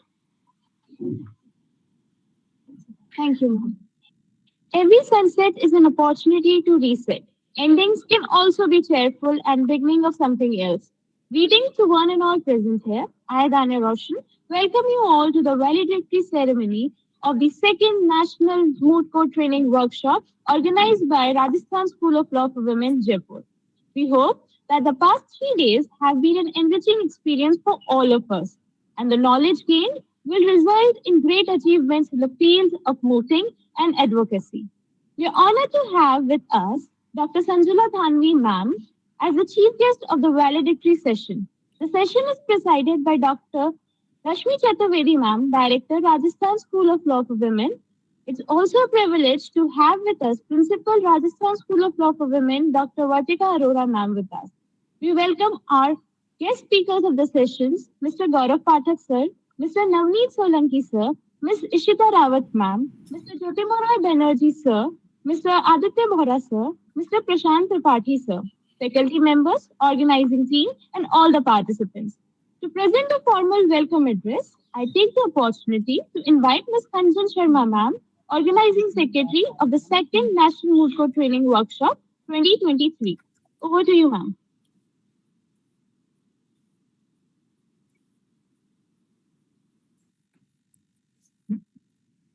A very good afternoon to all. I, on behalf of Moot Court Club of Rajasthan School of Law for Women, extend a warm welcome to every one of you to the valedictory session of RSLW Second National Moot Court Training Workshop. Over the last 2 days, we had deep insights into several aspects of mooting, like fundamentals of mooting, research, memorial drafting, compendium formulation, argumentation skills, and recently we have got insight into courtroom etiquette in the last session. Now, let me first acknowledge the presence of our eminent guest. It is indeed our pleasure to have amongst us Ma'am Dr. Sanjula Thanvi, Head and Dean Department of Law, University of Rajasthan, Jaipur, and Dean Faculty of Law, Dr. Bhimrao Ambedkar Law University, Jaipur, as our chief guest of this valedictory session. We welcome you, ma'am. We are delighted to have you with us. We look forward to your address today. Once again, a hearty welcome to you, ma'am. Now, I would also like to welcome Director Ma'am, Dr. Rashmi Chaturvedi. Ma'am have always been a guiding lamp for us at each and every step. A special welcome to you, ma'am. I welcome Principal Ma'am and Convener Dr. Vatika Arora. Welcome, ma'am. It is because of the constant guidance we received from ma'am that ultimately helped us in shaping this event. We welcome you, ma'am. I would like to welcome resource persons of this event who took out their valuable time to honor us with their presence. I would like to welcome all the participants who have joined this session. I would like to welcome all the members of organizing committee, moderators, and all the faculty members who have been diligently supporting this event for these 2 days with their efforts. Before I close, I would like to mention a quote, "Learning is a treasure that will follow its owner everywhere." Thank you. Thank you very much, ma'am. Next, I invite Dr. Disha Bangalwa ma'am, co-convener of the second National Moot Court Training Workshop 2023, to present a detailed report of the 3-day workshop. Please, ma'am. Thank you, Dania. Greetings to all. Final report of the workshop. Moot court is simulated legal exercise in which law students or participants act as attorney to argue fictional cases before a moot court. The importance and benefit of participating in moot court are numerous and extend to both law students and to the legal professions as a whole. Moot court is an integral part of legal education that equips students with practical skills, enhance their understanding of the law, and prepare them for a successful career in legal profession. It provides a valuable bridge between academic study and real-world legal practice. With this aim, Rajasthan School of Law for Women organized a 3-day workshop virtual from 21st September to 23rd September 2023 to provide an interaction with the experts of the field, latest information and new skills related to moot court and mooting. The workshop consists of 6 sessions. The event marks its success with participation across the country. The workshop was joined by the students pursuing undergraduation and post-graduation in law. Total 300 students from various cities like Dehradun, Puducherry, Goa, Nagpur, Maharashtra, Tamil Nadu, Kota, Bikaner, Jodhpur, Jaipur, etc. has registered themselves for this workshop. Promotional platform. This event was also promoted through online platform. Invitations were sent to many institutes across the nations. The online platform for this promotions are Law Octopus, Kacheri, Law Seco, Legal Bites in Light of Law. Inaugural session. The commencement of the second RSLW Moot training workshop took place with an inaugural session on 21st September 2023. The session witnessed attendance of guest of honor, Dr. Dev Sarup Sir, Vice Chancellor, Baba Amte Divyang University, Jaipur, and ex-Vice Chancellor of Bhimrao Ambedkar University and Rajasthan University. Along with the guiding light of the RSLW, Honorable P.C. Jain Sir, Director Rashmi Chaturvedi Ma'am, Principal Dr. Vartika Arora Ma'am, faculty members of the RSLW, students, and the resource persons were present. A brief introduction of the workshop was given by the moderator Neha Jasuja and the Anjali Sharma. Principal Dr. Vartika Arora Ma'am gave the welcome address to the esteemed gathering. Ma'am explained that by developing good mooting skills, students also learn to research well. And they also learn to utilize great analytical abilities. Ma'am gave a background about the first RSLW Moot training workshop and how it turned out to be an enriching experience for everyone who participated. Ma'am also highlighted success of RSLW First National Moot Court Training Workshop 2021. The chief guest of this workshop was Dr. Dev Sarup Sir. Sir enlightened the participants with his words of wisdom. Sir said, at the outset, Sir complimented the organizer of such a wonderful efforts. Sir explained about his own background and the various universities he has worked. Sir began his speech with the main focus on human behavior and code of conduct. Sir said that the way you work, the way you present yourself as an individual and as a workman is most important. Sir gave the phrase, personality is prime. As a legal education teacher, we teach many aspects and subject, but the most important of them all is the study of human psychology and human behavior. Sir said that any lawyer has to work in coordination with many other people, from client to staff, etc. A good workman is the one who is responsible and sensitive person who can deal with multiple aspects at once. Sir said that it is extremely important to have all events like moot court to know how the system works, to develop good skills, to understand how to have legal and logical argumentation skills. Sir called the legal profession as a wholesome study of human behavior. Sir also explained that it is an opportunity for all the individuals to ask questions and gain maximum knowledge throughout his workshop. Sir congratulate the RSLW team for doing a great job and also for inviting these professionals. Sir said that in today's competitive time, only good quality will sustain.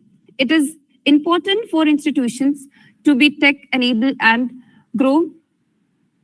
Lastly, Sir wish everyone the best of luck for the workshop and hope for it to be great success. Then Honorable Panachand Sir expressed his gratitude to Dr. Dev Sarup Sir for his presence at this inaugural session. Sir also concerned that behavior matter the most of any professional. Sir explained how legal education is the best career for women by giving a brief of different component of the constitutions as a fundamental rights and fundamental duties. At the end, vote of thanks was presented by Ms. Palak Vashist, Assistant Professor, RSLW. After this, the session started.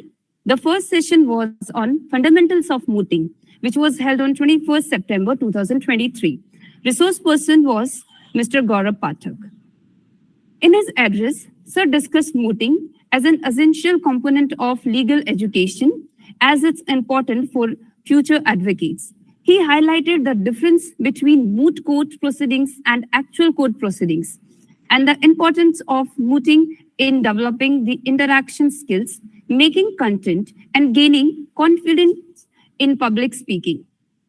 The session was divided into 7 parts, covering topics such as introduction to moot court, preparing for a moot, legal research, case analysis, writing memorials, oral advocacy, moot competitions, practical tips and advice. Sir emphasized the importance of selecting the appropriate moot court based on interest and career objectives, conducting throughout the research on the locations and preparing for the moot.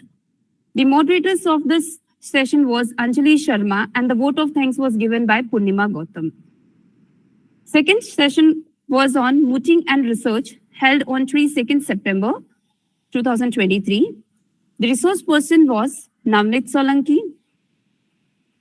Sir suggested using the hit and try method, selecting a moot based on familiar laws, subjects on personal interest, and selecting a pre-release problem with team consent. He explained that moot problems are hypothetical situations created for both sides and taught legal reasoning in trial. Sir shared 2 techniques for reading moot problems: read, revise, and repeat, and tricolor technique. He also stressed the importance of researchers' test and studying relevant cases from the Supreme Court and High Court of India.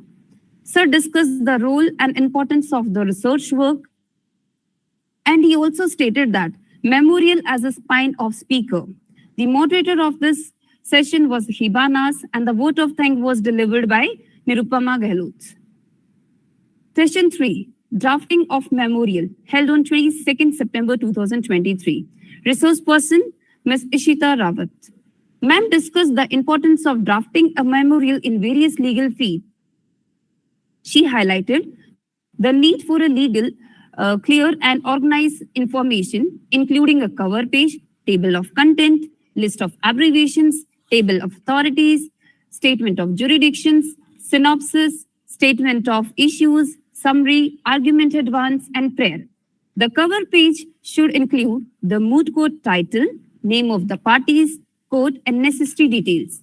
The table of content should be concise and easy to understand, with abbreviations listed in full form. The table of authorities should consist sources used during the investigation of the moot problem. The statement of issues should empathize the contentions and propositions of the argument, while the summary covers the summary of the arguments.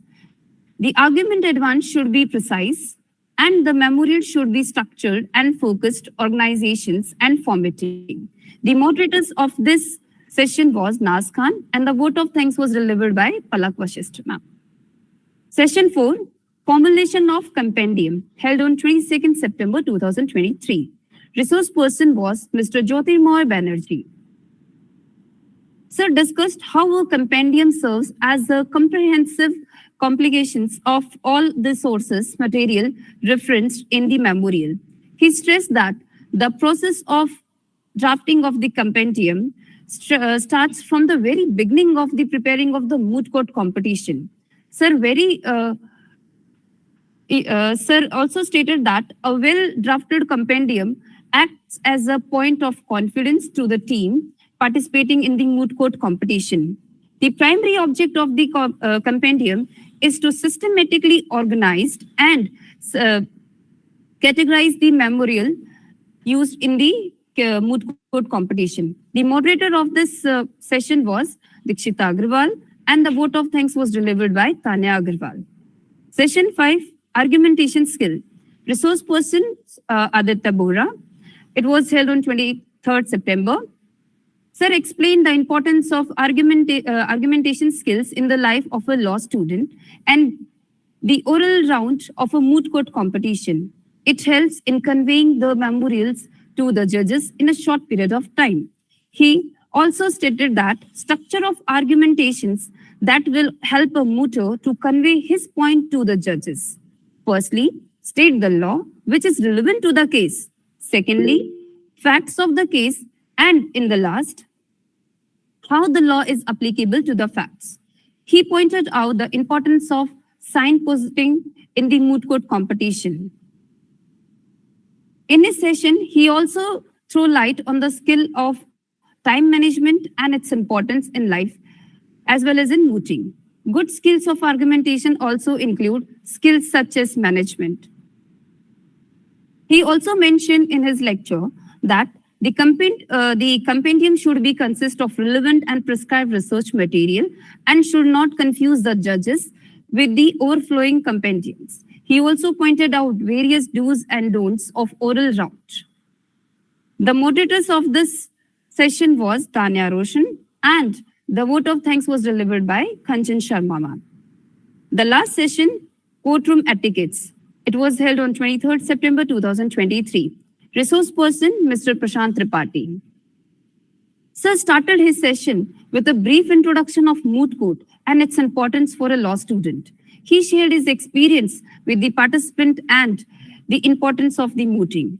He explained all the aspects of topic courtroom etiquettes. He talked about courtroom attire and appearance etiquettes that one should possess and follow in the courtroom.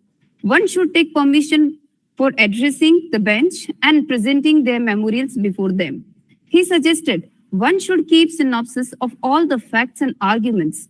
All pages should be numbered, etc., so that one can confidently plead before the bench. The main point of his session was the content of the memorial, how to present yourself in the moot courtroom, attire of the participants, getting to the courtroom, how to start your presentation, preparing the questions, how to conclude your case. He also stated the do's and don'ts in the moot court competition. This session was interactive, and the moderators of this session was Neha Jasuza. The vote of thanks was presented by Dr. Surbhi Parekh ma'am. Thank you.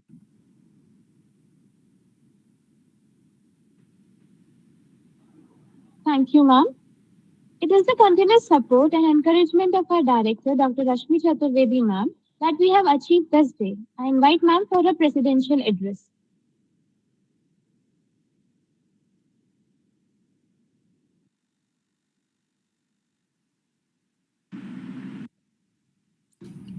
Rashmi, ma'am, please speak. Yeah. They are calling you to please. Dr. Sanjula Sangvi, Dr. Vartika Arora, participants of this great event, organizers, faculty members, and dear students. It's really feels great to be present on these occasions because of the volume of participation that you have here on this.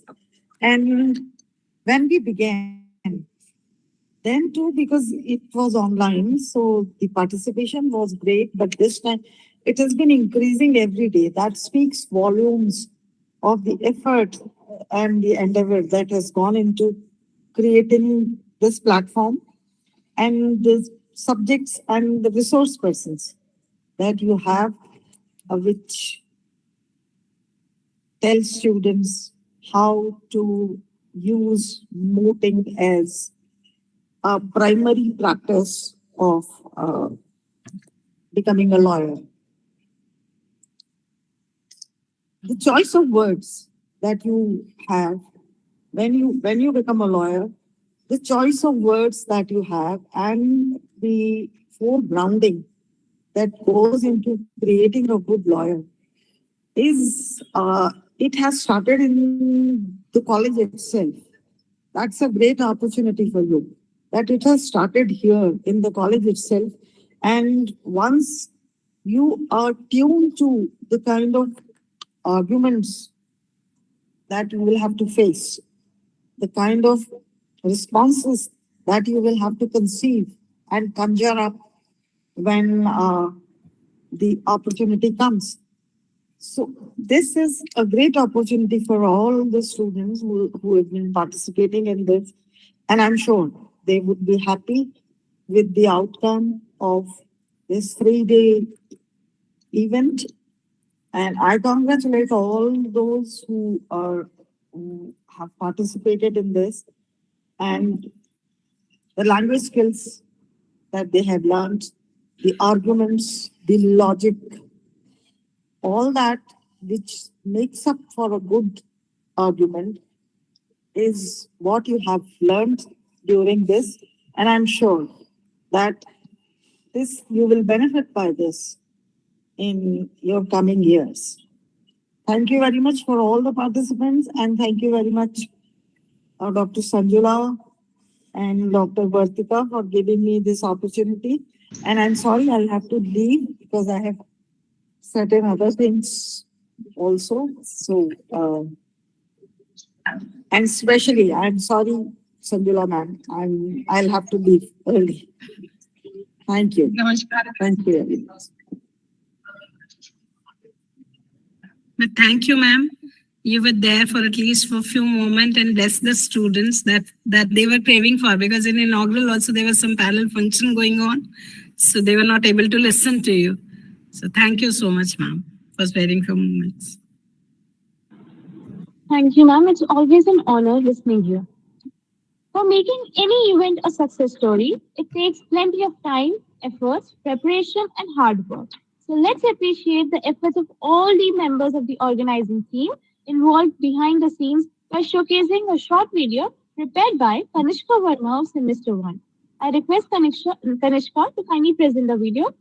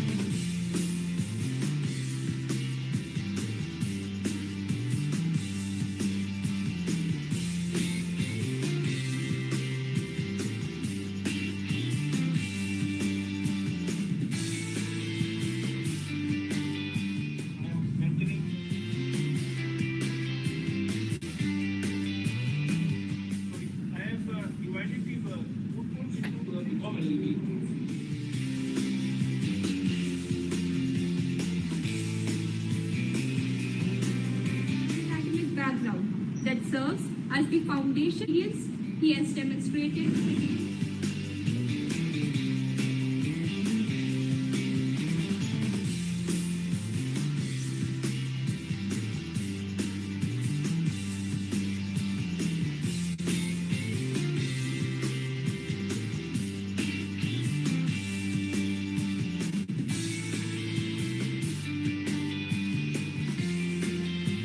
Rawat ma'am. Greetings to ma'am. We welcome you on behalf of RSLW.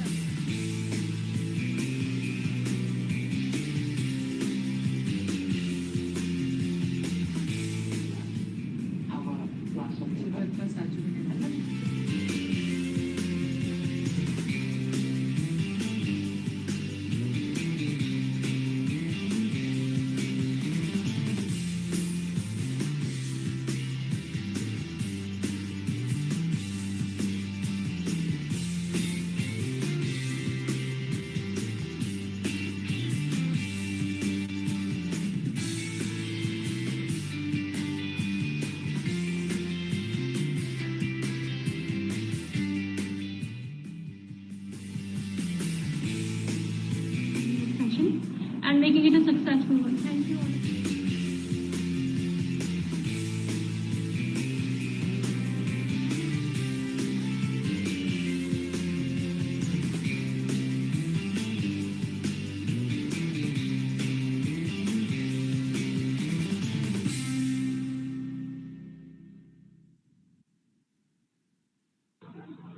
Thank you, Kanishka. Thank you all for your continuous support. To capture this beautiful memory, I would request everyone to turn on their cameras.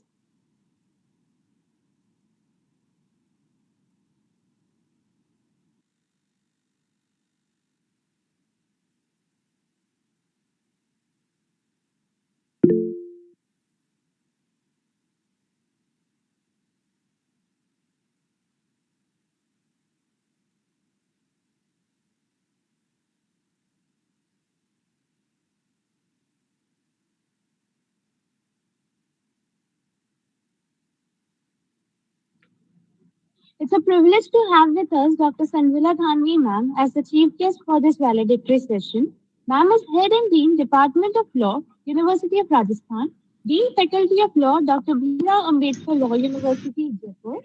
Ma'am specializes in constitutional law. She was a research fellow at Lok Sabha in 2016-2018. Her 3 books have received national awards. Ma'am has received second prize in Mahatma Gandhi Hindi Lekhan Puraskar in November 2019 by National Human Rights Commission, New Delhi. Ma'am is a recipient of various prestigious other awards. Ma'am has more than 24 years of teaching and research experience. We are honored to have you, ma'am, for this valedictory session. I invite ma'am to address the gathering with her words of wisdom.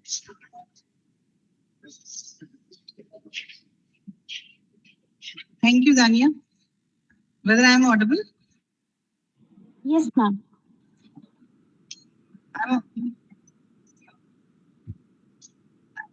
I just start by remembering my Guru.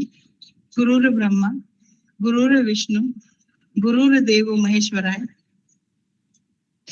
Guru Sakshat Brahma, Tasmai Shri Gurave Namah. Good noon to everyone.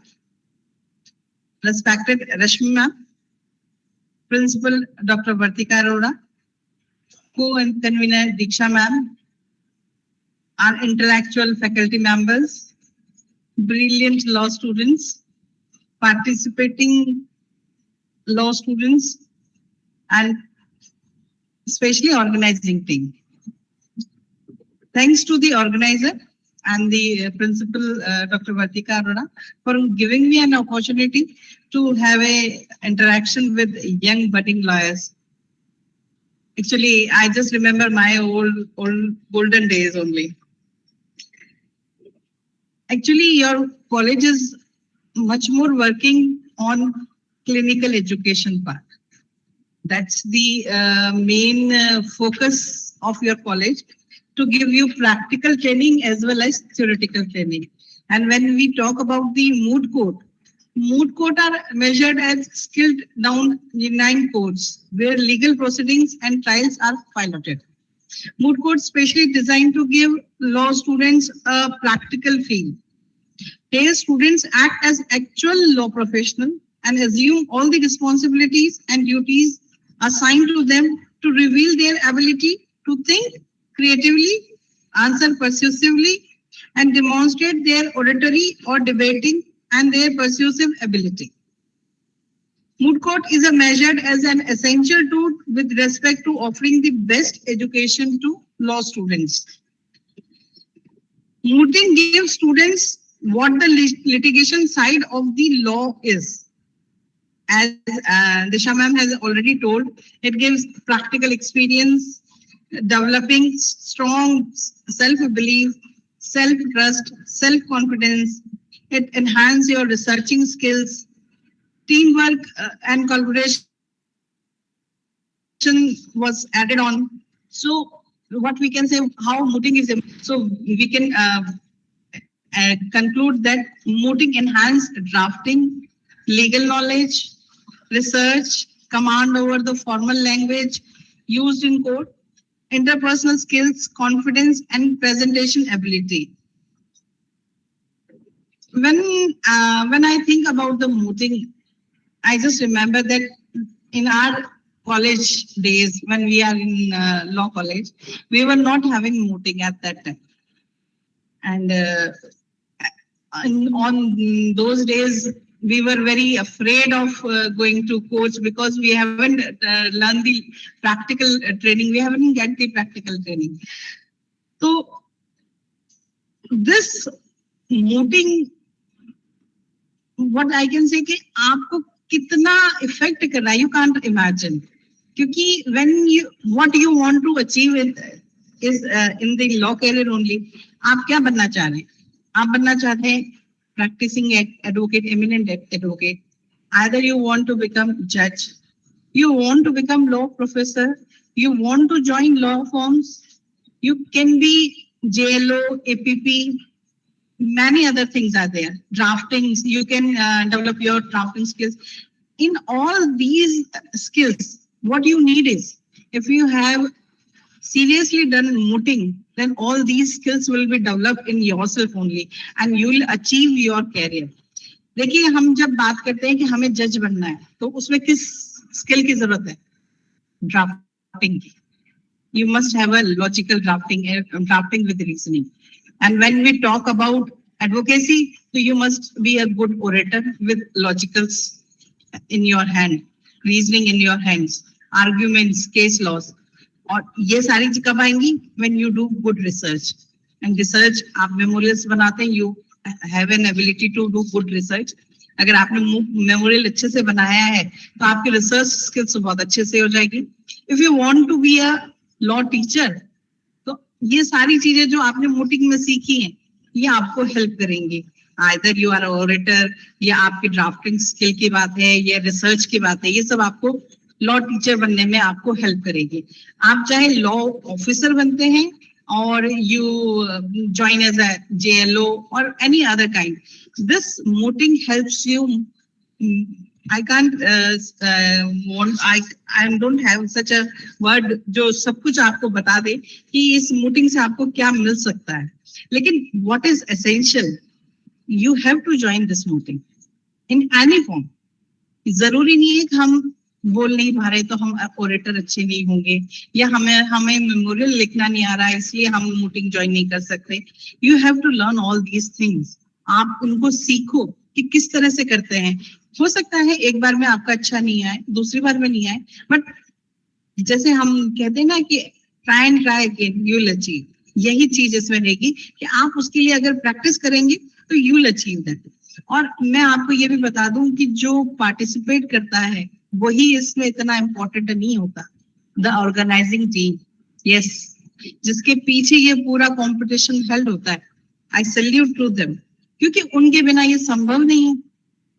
Faculties अपना पूरा effort लगाएंगी, लेकिन वो जो students हैं जो दिन रात इकट्ठा होके काम कर रहे हैं, with faculties also, I am not denying their work, लेकिन they have gain all things. अब मिल रहा किसको है यहाँ पे, सीखने को किसको मिल रहा है?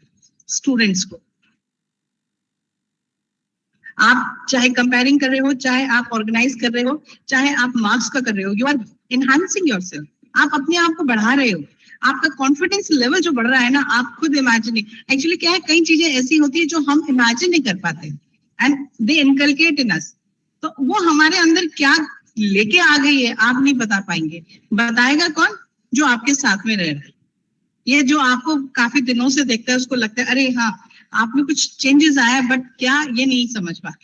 That is the confidence, self confidence जिसे कहते हैं ना, वो आप में आता है. ये हमें भी बाद में समझ में आया. एक्चुअली ये चीज हमें भी एक्सपीरियंस से समझ में आई कि बच्चों में किस तरह से ये इम्प्रूवमेंट होता है. When I was the director in FIC, I go through all these things. मैंने देखा कि बच्चे जो पहले नहीं बोल पा रहे थे, तीसरे साल तक आते आते तो वो हमसे आके लड़ते, मैम हमको ये क्यों नहीं मिला. तो ये क्या है? Because of their good skills only, कि उन्होंने जो अपने आप में डेवलप किया है. और इसके लिए बहुत अच्छा माध्यम है mooting. और आपकी मैम तो आपके लिए कर ही रही है, प्रिंसिपल मैम तो आपको अपॉर्चुनिटी दे ही रही है. तो मेरा ये मानना है कि आप ये अपॉर्चुनिटी जरूर अवेल करें. सभी स्टूडेंट्स को ये कहना चाहूंगी. और नो डाउट पार्टिसिपेशन जो करता है उसका एक स्टेप आगे रहता है, क्योंकि उसे उसके हिसाब से तैयारी करनी होती है कि किस तरह से। लेकिन ये हमेशा ध्यान रखिए कि जीत किसी एक की होगी और बाकी सब हारेंगे नहीं, वो एक्सपीरियंस गेन करेंगे। विनर वो नहीं है जो जीता, विनर वो है जिसने क्विट नहीं किया कभी। तो मुझे ऐसा लगता है कि जो पार्टिसिपेटिंग टीम है, जो आज जीती उनको कॉन्ग्रेचुलेशंस, और जो नहीं जीती उनको भी बहुत बहुत congratulations, because they have gain the experience which they should have. तो लास्ट में 2 लाइन कहते हुए मैं अपनी बात को एंड करना चाहूंगी कि जो हर दिन कोशिश करता है, जो हर दिन कोशिश करता है, वो एक न एक दिन मनचाही मंजिल तक पहुंच ही जाता है। तो मेरी भी यही आपके साथ में विशेष है कि you achieve what you want to achieve. With all the best wishes to you all. Thank you again for giving me such an opportunity. Thank you.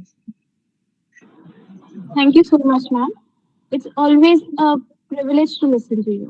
Before concluding this valedictory session, I take the opportunity to invite Principal, Rajasthan School of Law for Women, Dr. Vartika Arora ma'am, to present the vote of thanks. Ma'am, please. Thank you, Danya. Thank you, Sanjula ma'am, for addressing the gathering. And it is always wonderful having you here. Good afternoon, one and all present in this virtual room.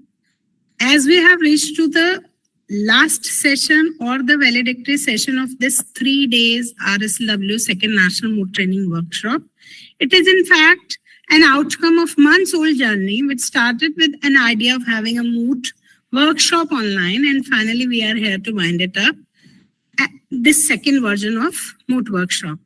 Thankfulness is a virtue, and to keep this as a practice, I feel delighted to thank each and everyone associated to this event in any of the ways.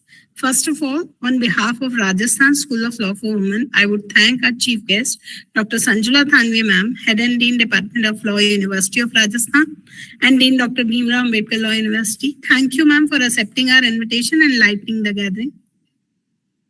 A sincere gratitude to go to respected Director Ma'am, Dr. Rashmi Chaturvedi. With her support and guidance and motivation, we are always able to achieve the desired goal. Thank you, ma'am. I also thank Justice Panachan Jain as guiding light for the institution, and he always helped us. He was there in the inaugural session. Thank you, sir. I also thank all the advocates and academicians who helped us as resource person in various sessions.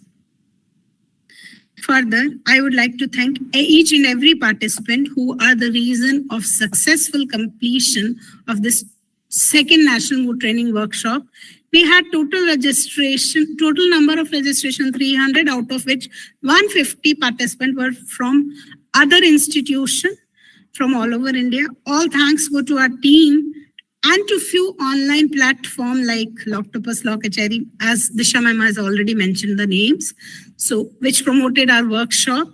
I would also like to thank all the participating institute. I'm trying to take the name of each and every institution participated in this workshop by sending their students.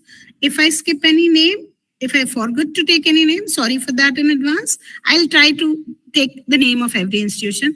VM Salgaonkar College of Law, Goa, Dr. BRL Law College, Nagpur, Surendranath Law College, Calcutta, Admas University, Calcutta, CSI College of Legal Study, Kerala, Bharat Institute of Law, Chennai, College of Law, IIMT University, Meerut, Dr. Ambedkar Government Law College, Chennai, Ramaiah University of Applied Science, Bangalore, Alliance University, Bangalore, JB Law College, Guwahati, NAF, Guwahati, Tolani Motwani Institute of Law, Gujarat, Praveen Gandhi College of Law, Mumbai, Hemwati Nandan Bahuguna Garhwal University, Uttarakhand, Vivek College of Law, Bijnor, SS Khanna Girls Law College, Prayagraj, Mar Gregorius College, Kerala, Government Law College, Madurai, UPS Dehradun, Priest College of Law, Puducherry. These were the participating institutions all over the India, and there are so many universities and colleges of Rajasthan which participated as University of Rajasthan, Central 1 and University of Ivy Law College as well, Janra and Vyas University Jodhpur, RNB Global University Bikaner, Jyoti Vidyapeeth University, Vivekanand Global University Jaipur, Mahatma Jyoti Rao Phule University, Maharaja Vinayak Global University, Apex University, Jaipur National University, the ICFA University, along with Government Law College Bikaner, Ajmer and Kota, Pink City Law College Jaipur, SS Jain Subodh Law College Jaipur, Biani Law College Jaipur. Thank you all the participants. Without your participation, we were not able to get this huge number, and also we were not able to take this workshop this way we have done. So thank you again. This workshop is ultimately an outcome of my organizing team. I would like to thank Dr. Disha Bangarwa, co-convener, Ms. Palak Vashisht, organizing secretary, and Ms. Khanjan Sharma, organizing secretary, for organizing this workshop and coordinating and managing it in all the ways so well that it happened to be a successful event. Thank you so much, organizing team. I would fail in my duty if I don't mention Ms. Neha Jasuja, Ms. Anjali Sharma, and Ms. Danya Roshan, student coordinator for the event, who worked tirelessly since 2 weeks and made this a huge success. 2 weeks tirelessly, an entire 1 month for this workshop. So thank you, students. I also extend hearty thanks to all the staff members, Dr. Surbhi Parak, Ms. Purnima Gautam, Ms. Nirupama Gehlot, and Ms. Tanya Agarwal for their support, Mr. Pawan Sharma for all his technical support and cooperation. Thank you, everyone. I would also like to thank volunteers and other student members of the team who worked tirelessly to make this session possible, because the number is quite long. I can't take the name of every student participated in this. There were around 15 students working along with these 3 main coordinators. So thank you, everyone.